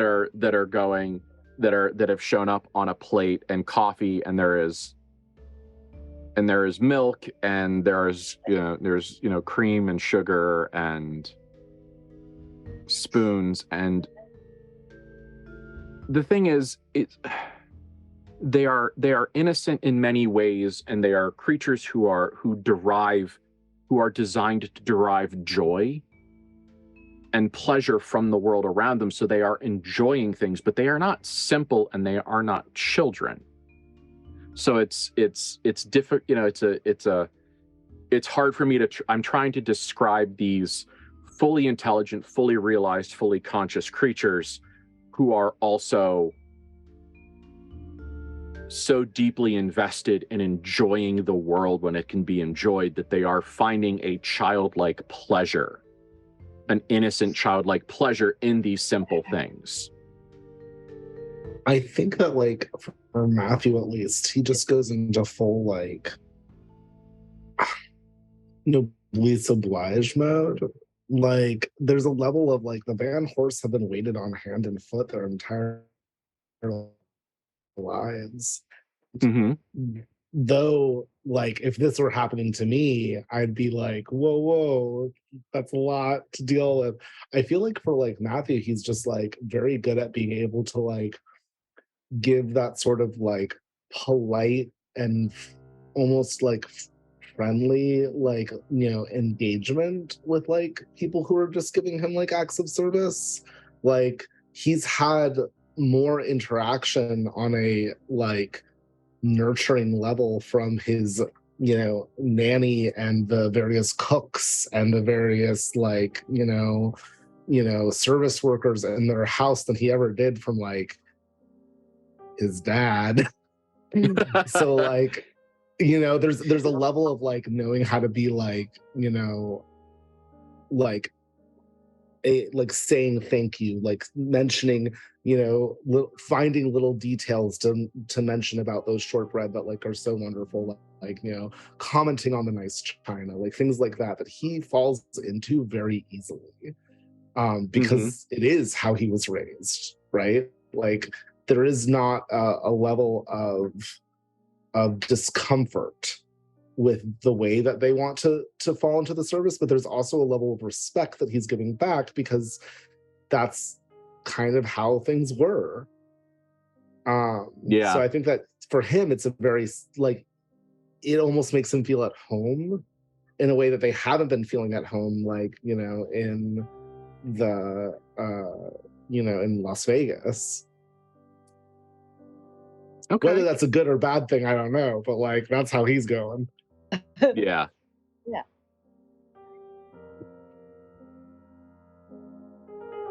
There is a chair in the corner of this room. It is a larger, like, old-fashioned solid wood, like, armchair.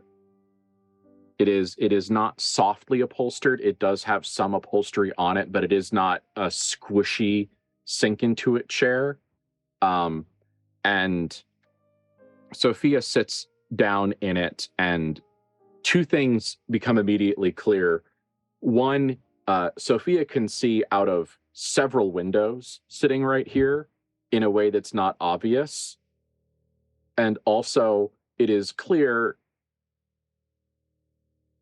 that Sophia being climbed on by Azadeva like giant anxious cats is a thing that happens. Amazing. Yes. So she's very much just, like, more than once one of the Azadevas comes over, especially if they want to ask a language question. Like, they will come over and, like, headbutt her gently, or like sit on her lap or sit down next to her and like put their hands on her arm and knead them. But it's just like consistently there's always an amount of physical contact. And so after a little bit, there are shortbread cookies and coffee, and one of the other ones makes tea, and it's just whiskey. Is there whiskey also for this coffee? There's like, we haven't drank any. Well, Matthew drank while he waited. We haven't drank anything in a few hours now. How dare?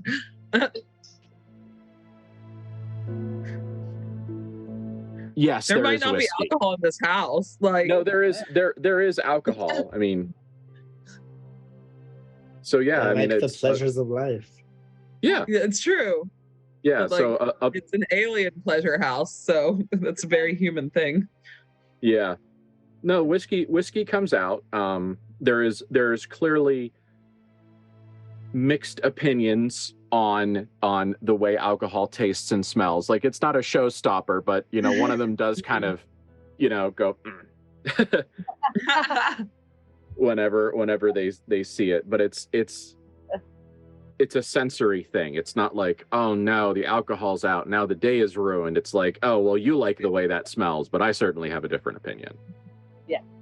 Claire is, once she tops off her coffee, it is an acquired taste. I didn't like it either when I was younger, and now I like it, but it's strong. Yeah, there's generalized agreement. The answer that you're kind of given to that is kind of like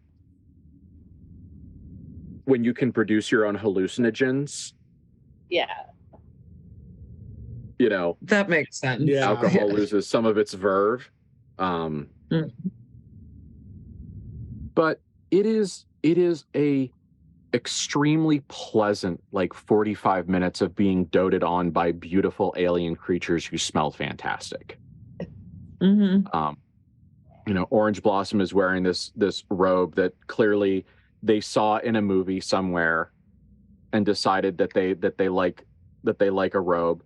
One of the other ones is more fully dressed, but it is still like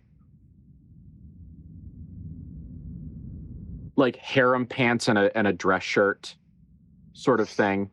Like, yeah. One of them is just completely nude. But it's all just like whatever's. The thing that is interesting is that now, when you saw them at the Royal Phoenix Society, you saw a half a dozen. Of course, at the big emotional moment, I yawn. Great timing. When you saw the 6 of them in the basement of the Royal Phoenix Society, you saw 6 alien creatures almost indistinguishable from each other. Such was their state and their strangeness. And now, in the time, you can see the personalities that were really tortured out of them in the first time you saw them, and you can see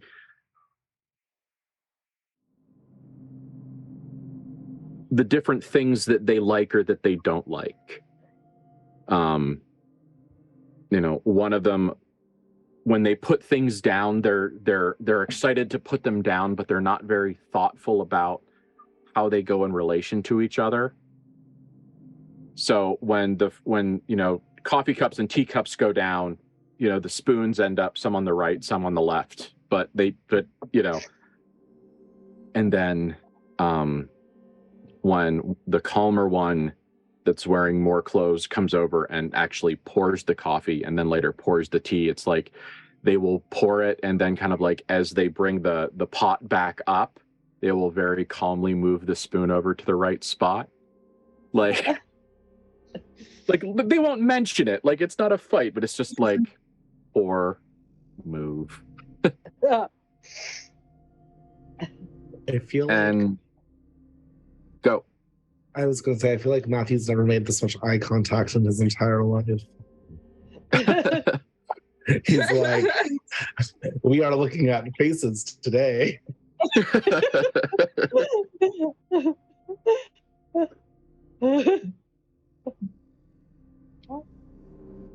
They are, yeah. Meanwhile, Clara's just getting comfortable. She's taken her shoes off. She looks like she's unbuttoned one of the buttons from her dress.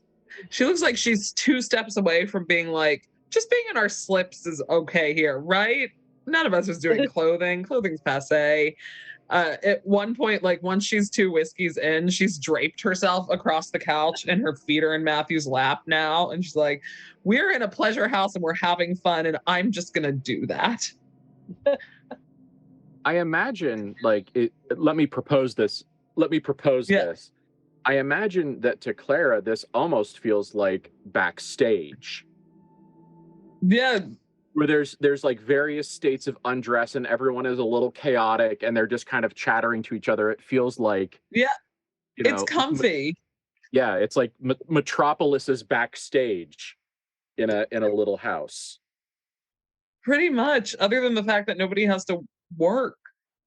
Other than they're like them giving us coffee kind of feels like work, but they seem to be enjoying it. So this is great. Yeah. Let's drink and enjoy it.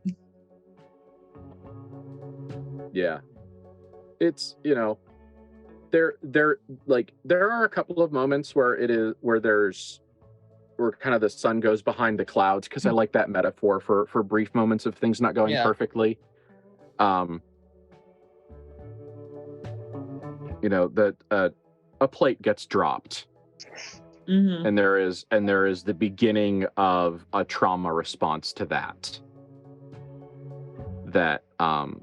Sophia and one of the other Azadeva, with good news, bad news, there's a lot of experience in dealing with trauma responses in the house, but it's just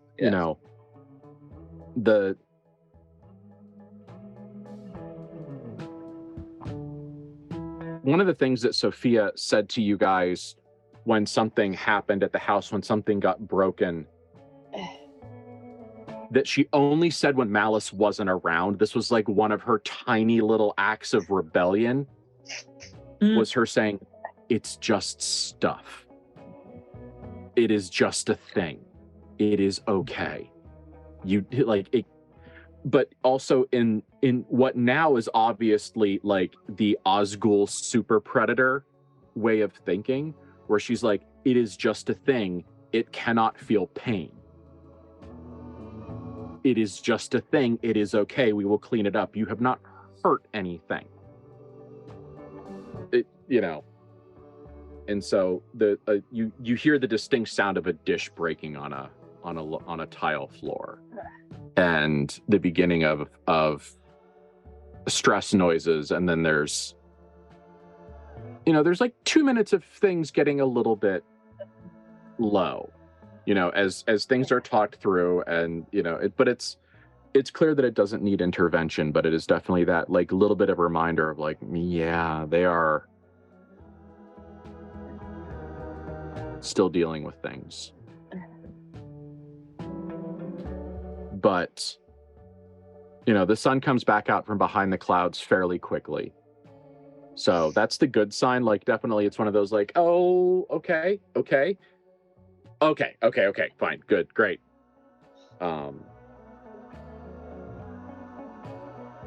And the 3 of you are exhaustively but disorganizedly. I hope none of my teachers watch this, because at least one of them is going to send me hate mail over that. You're interviewed, but it's not about important things. It's like, what was your favorite movie this year? What was your favorite book? Who is your favorite actress? It's like, they don't care about the steel plant. They want to know what your favorite tie is. Like, what's your favorite pair of shoes? Do you like these black shoes? Do you have brown shoes?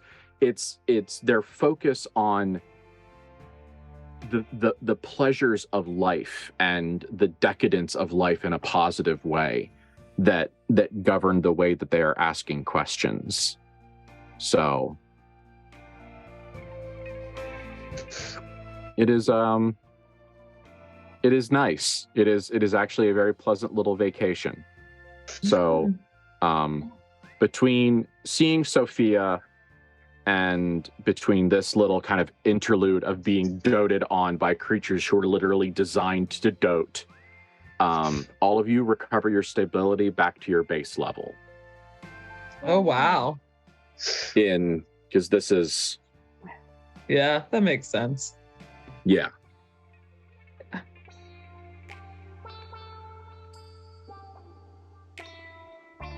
I will say, I'm curious before things quite wrap tonight, how the Sophia David showdown goes. Yeah. We'll get there. Don't worry.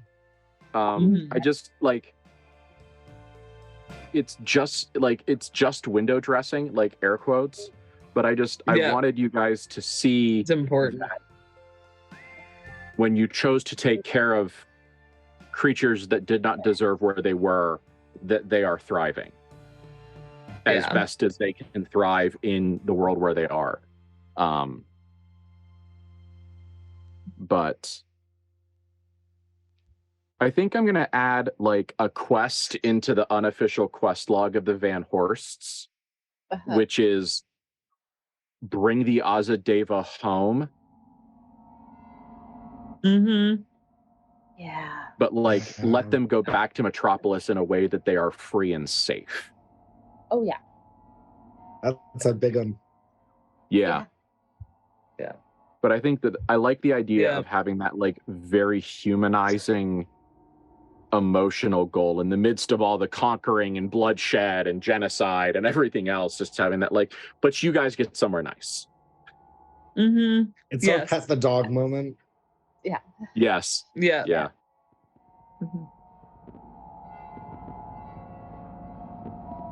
So after a little bit, these interviews, and so one of the very interesting things, I just thought of this and I'm really pleased with this, so I'm going to add this and then we're going to talk about David and Sophia. One of the Azadevas that we will call the perfumer, for reasons that will become very clear in a moment, has come up to Clara and Bethany and has rubbed their hands together until there is a little bit of that kind of mist that they make. And they say, "Does this smell like Chanel?" And they have been so they have been exhaustively attempting to recreate the sense of perfumes. Oh. So they're like, "What's your favorite perfume? Where do you get it from? Does this smell like it? I have a bottle of this upstairs. I have a bottle of that upstairs. I have a bottle of this upstairs. Does this smell right?" And it's like, yeah. So I think Bethany's favorite perfume is a custom blend that is from a perfumier in France. That probably it was something that when both Clara and Bethany were 13 and 14, of the acknowledgement of puberty, of scents or whatever, of you could maybe try a thing or what do you like? And so Bethany has maybe altered it, I think, slightly over the years, but it is a very sort of not chemical smell in the way that some perfumes get very chemical. So instead it's a much more oil based smell. And there's a floral that's not chemical, which is really freaking hard to do in perfume. Yeah. Yeah. Yeah, no, Bethany's perfume is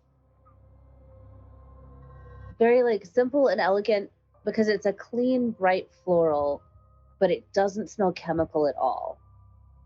So it really is like a field of like wild roses in the sunshine or something is like what that scent is like.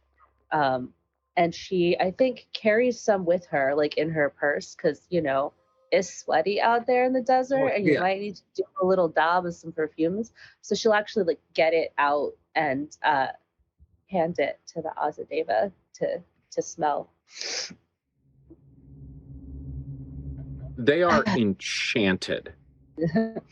They're enchanted by the idea of custom perfumes. Yeah. And it's like the idea of a custom perfume never crossed their mind. Like, but because to them, it was like a technical challenge. Yeah. Like, do I have control of my body enough that I can recreate these smells? And then they're like, I can make people custom smells. Yeah. And one of the other ones just goes, oh no.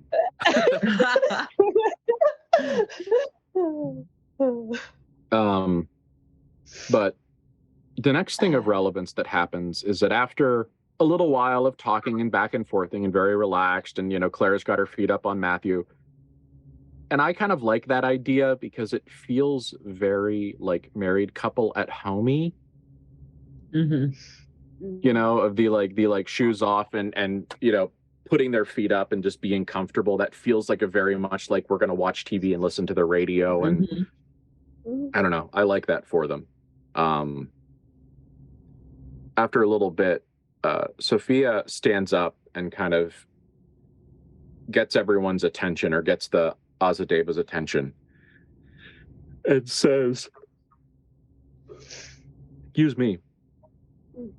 And she speaks in their other language and then switches to English. So it probably what she was just saying was, I am going to speak in English so that everyone hears the same thing. And says, there is a person outside named David.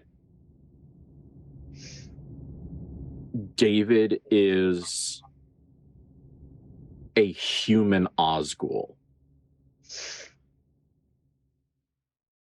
And there's kind of a we don't like that. Like not fear, but that's an uncomfortable concept. David likes fighting like I like fighting. We are going to go outside and fight now, but it is going to be for fun. No one is in danger. This is for fun. Do you understand? And they go, okay. Like a couple of them are like, completely not interested in that. But two of them immediately walk outside and sit down on the porch. Like absolutely enthralled by this concept. And then Sophia goes outside and kind of points at David in a come here, sumbitch sort of way. And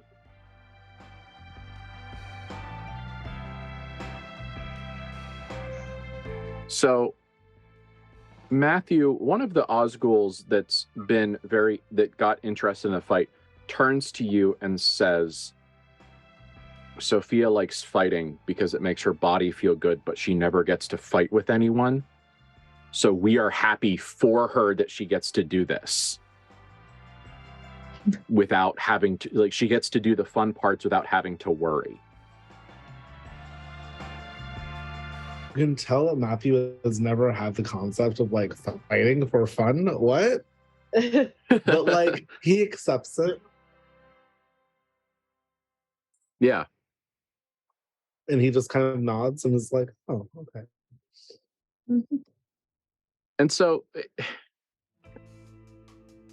David and Sophia go through all sorts of predatory threat language. They're both rolling up their sleeves. They're both kind of cracking their wrists and all of this other stuff.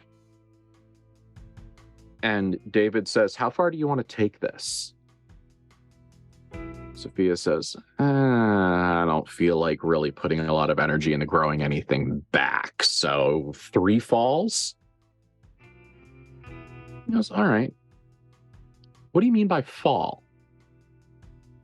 So they have a very grim discussion over what the definition of a fall is between the two. And then David, like halfway through this, David stops. And Matthew, you see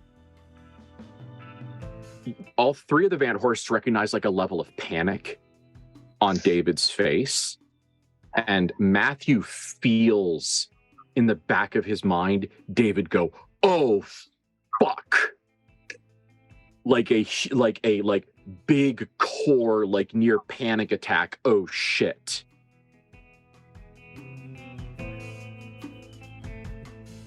And like with his completely straight face, like with his big servant's face on, he walks up to Matthew and drops to one knee and puts his head at like the kind of like the knightly kneel posture and says, "My lord, do I have your permission to engage in combat for your pleasure?"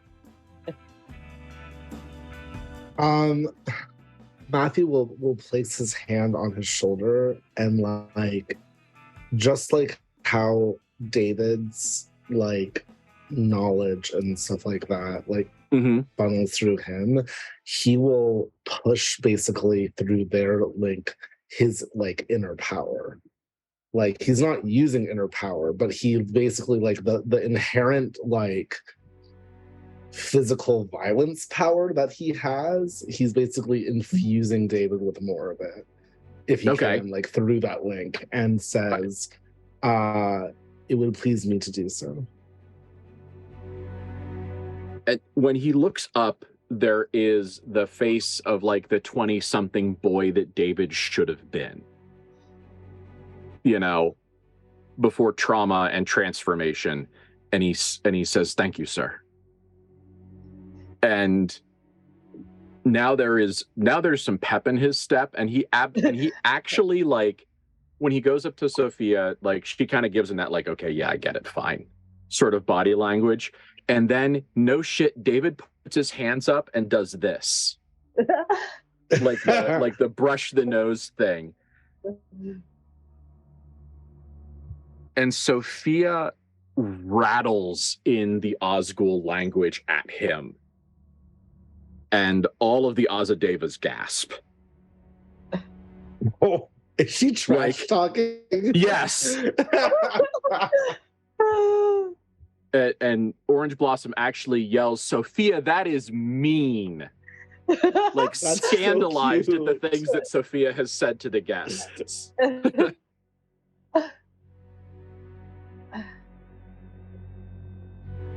And then they start. And it is like watching dance. It is like not even competition dance where they're there to show off. It's like watching 2 people that have danced together for 40 years, where they just know how the bodies are supposed to move and how the contact is supposed to happen. And it's just 2 extremely talented people in perfect control of their body doing something they're extremely good at. And so there's a back and forth and a back and forth, and it feels almost like a joust, because it's like there's passes. Like they'll kind of come at each other, and then a bunch of stuff will happen very quickly, and they will kind of break apart, and they will kind of go, "Oh, okay." And this happens about 3 times. And then, Matthew, in the back of your mind, there is a, "Aha, I got you," from David. And he sprints at Sophia, not not in human fast, in War Angel fast. Like, he accelerates very fast, and at this moment, Sophia's illusion starts to fade. And so for the next few minutes, what you see is David's war form, that carbon fiber and brass and stainless steel engine of destruction, and an Osgul, a deformed, super strong creature with this black glass armor bolted onto their body with claws and shark teeth and jet black eyes. And these are two things that should not exist for any purpose other than genuine destruction, absolutely having a fucking blast.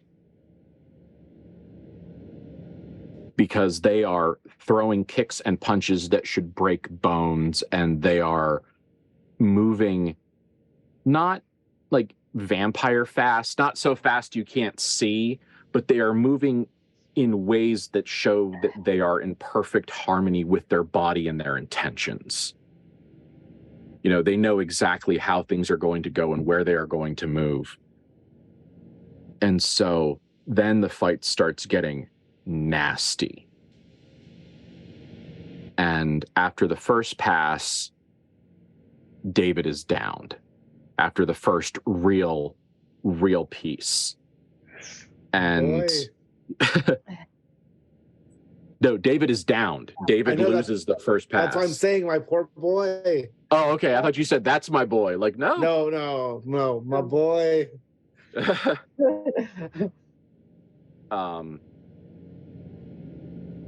And so the Azadevas like kind of have a small crisis because they're like, we should be cheering and clapping because it's Sophia, but on the other hand, she did just throw someone into the ground so hard he made a dent.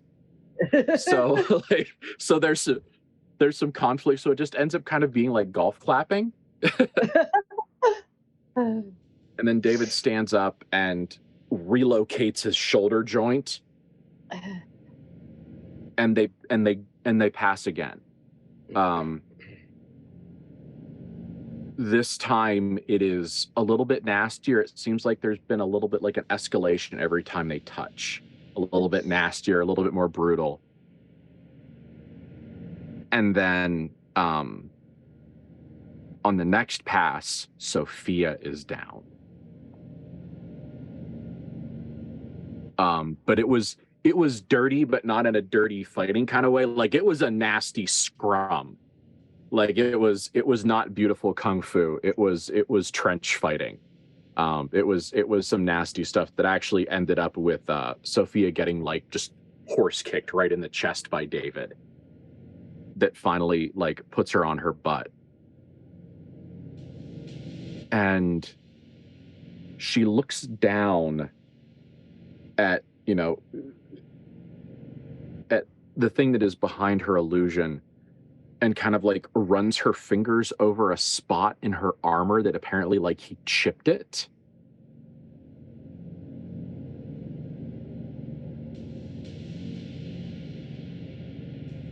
And you have only ever really seen Sophia go full bore once or twice in your lives.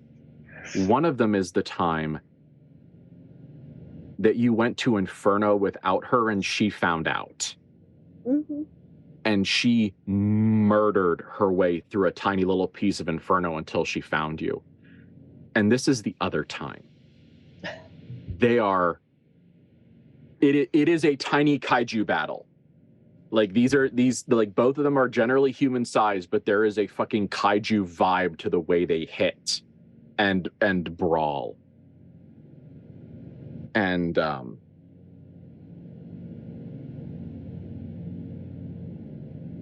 don't have a dice.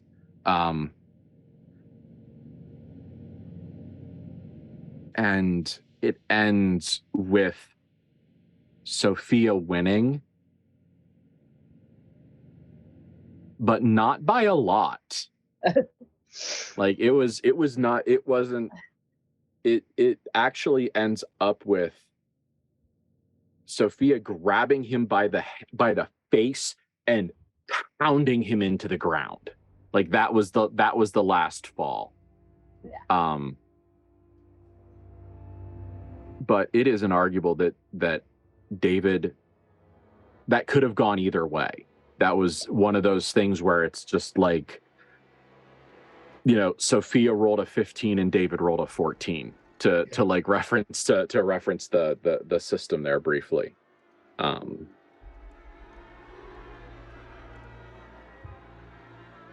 But there is, Matthew, in the back of your mind, a kind of knife on sharpening stone feeling.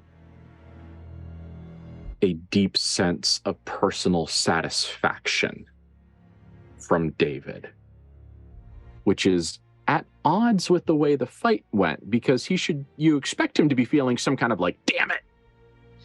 But he's more just like, aha, okay, that's fine. They stand up, and you know their illusions slowly, kind of the lie starts to wrap themselves around these two again, as their monstrous natures start to fade into their more comfortable lies. And she stands him up, and one of the Azadevas like comes out with like a couple of towels, because they've both gotten a little bit dirty, and fusses over both of them apparently.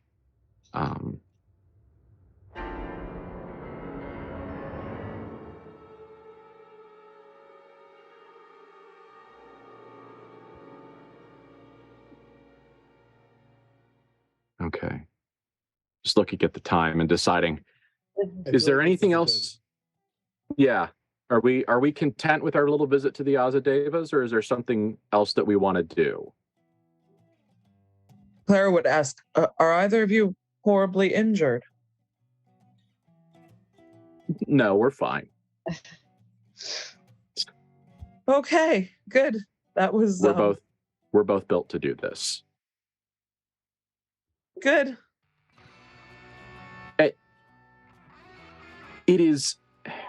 It is weird, because these are two people that you have zero expectations of ever seeing in a post-coital experience.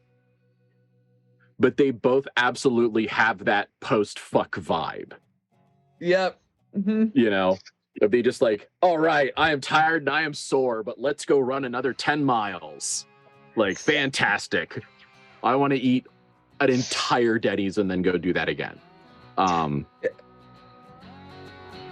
But they shake and they smile, and you know, they have kind of like a fighter's conversation between the two. And I'm going to, because I'm a horrible person, I am going to leave game on a cliffhanger. So here it is. As things quiet down after the play bout, or the show off bout, or however you want to look at it, there is the sound of little feet. Pop, pop, pop, pop, pop, pop, pop, pop, pop. That like the toddler run through the floor, like across the floor of the farmhouse, and then standing silhouetted in the doorway as the light slowly starts to go down is the body of a like 5-year-old child. And the sun is going down, kind of leaving them in slight silhouette, but you can see the reflection from the inside of their eyes that flashes metropolitan silver. And little Malice, otherwise known as Kazdafiel, the angel that used to mentor the Royal Phoenix Society, says, "I remember you. You killed me.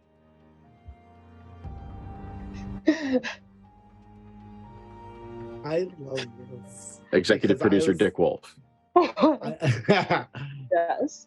So much of this, I was like, we gotta check on baby Mal. We gotta check Yeah. on him. Mm-hmm.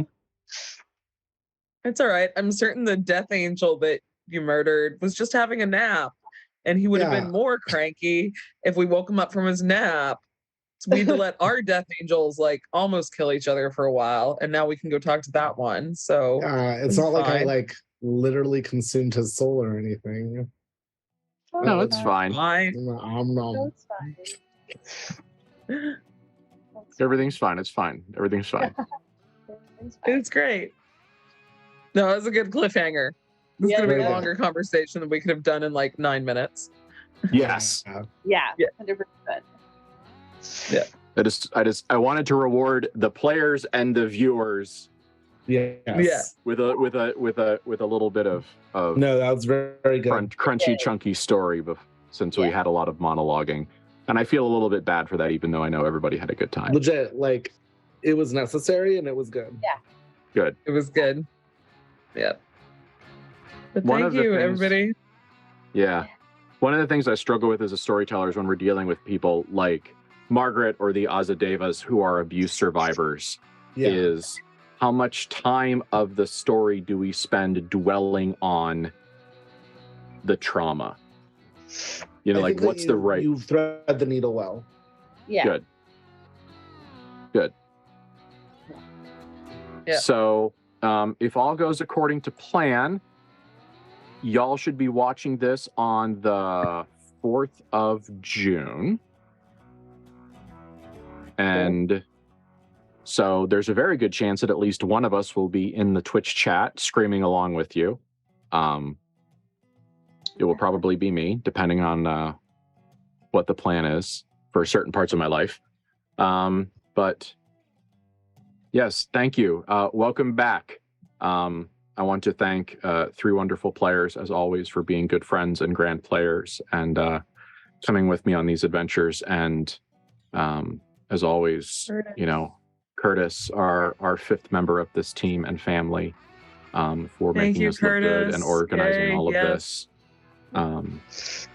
So he's part of the crew. We're not going anywhere. Neither is he. So get fucking used to it. So we yeah. So we'll see you in 2 weeks as of your viewing of this. Please join the Discord if you'd like. And yeah, remember, you are worth it. Take care of yourself. And yeah. So drink your water. It's Awesome. gonna be weird weather. So take care of yourself, and we will see you very soon. So we love you and good night.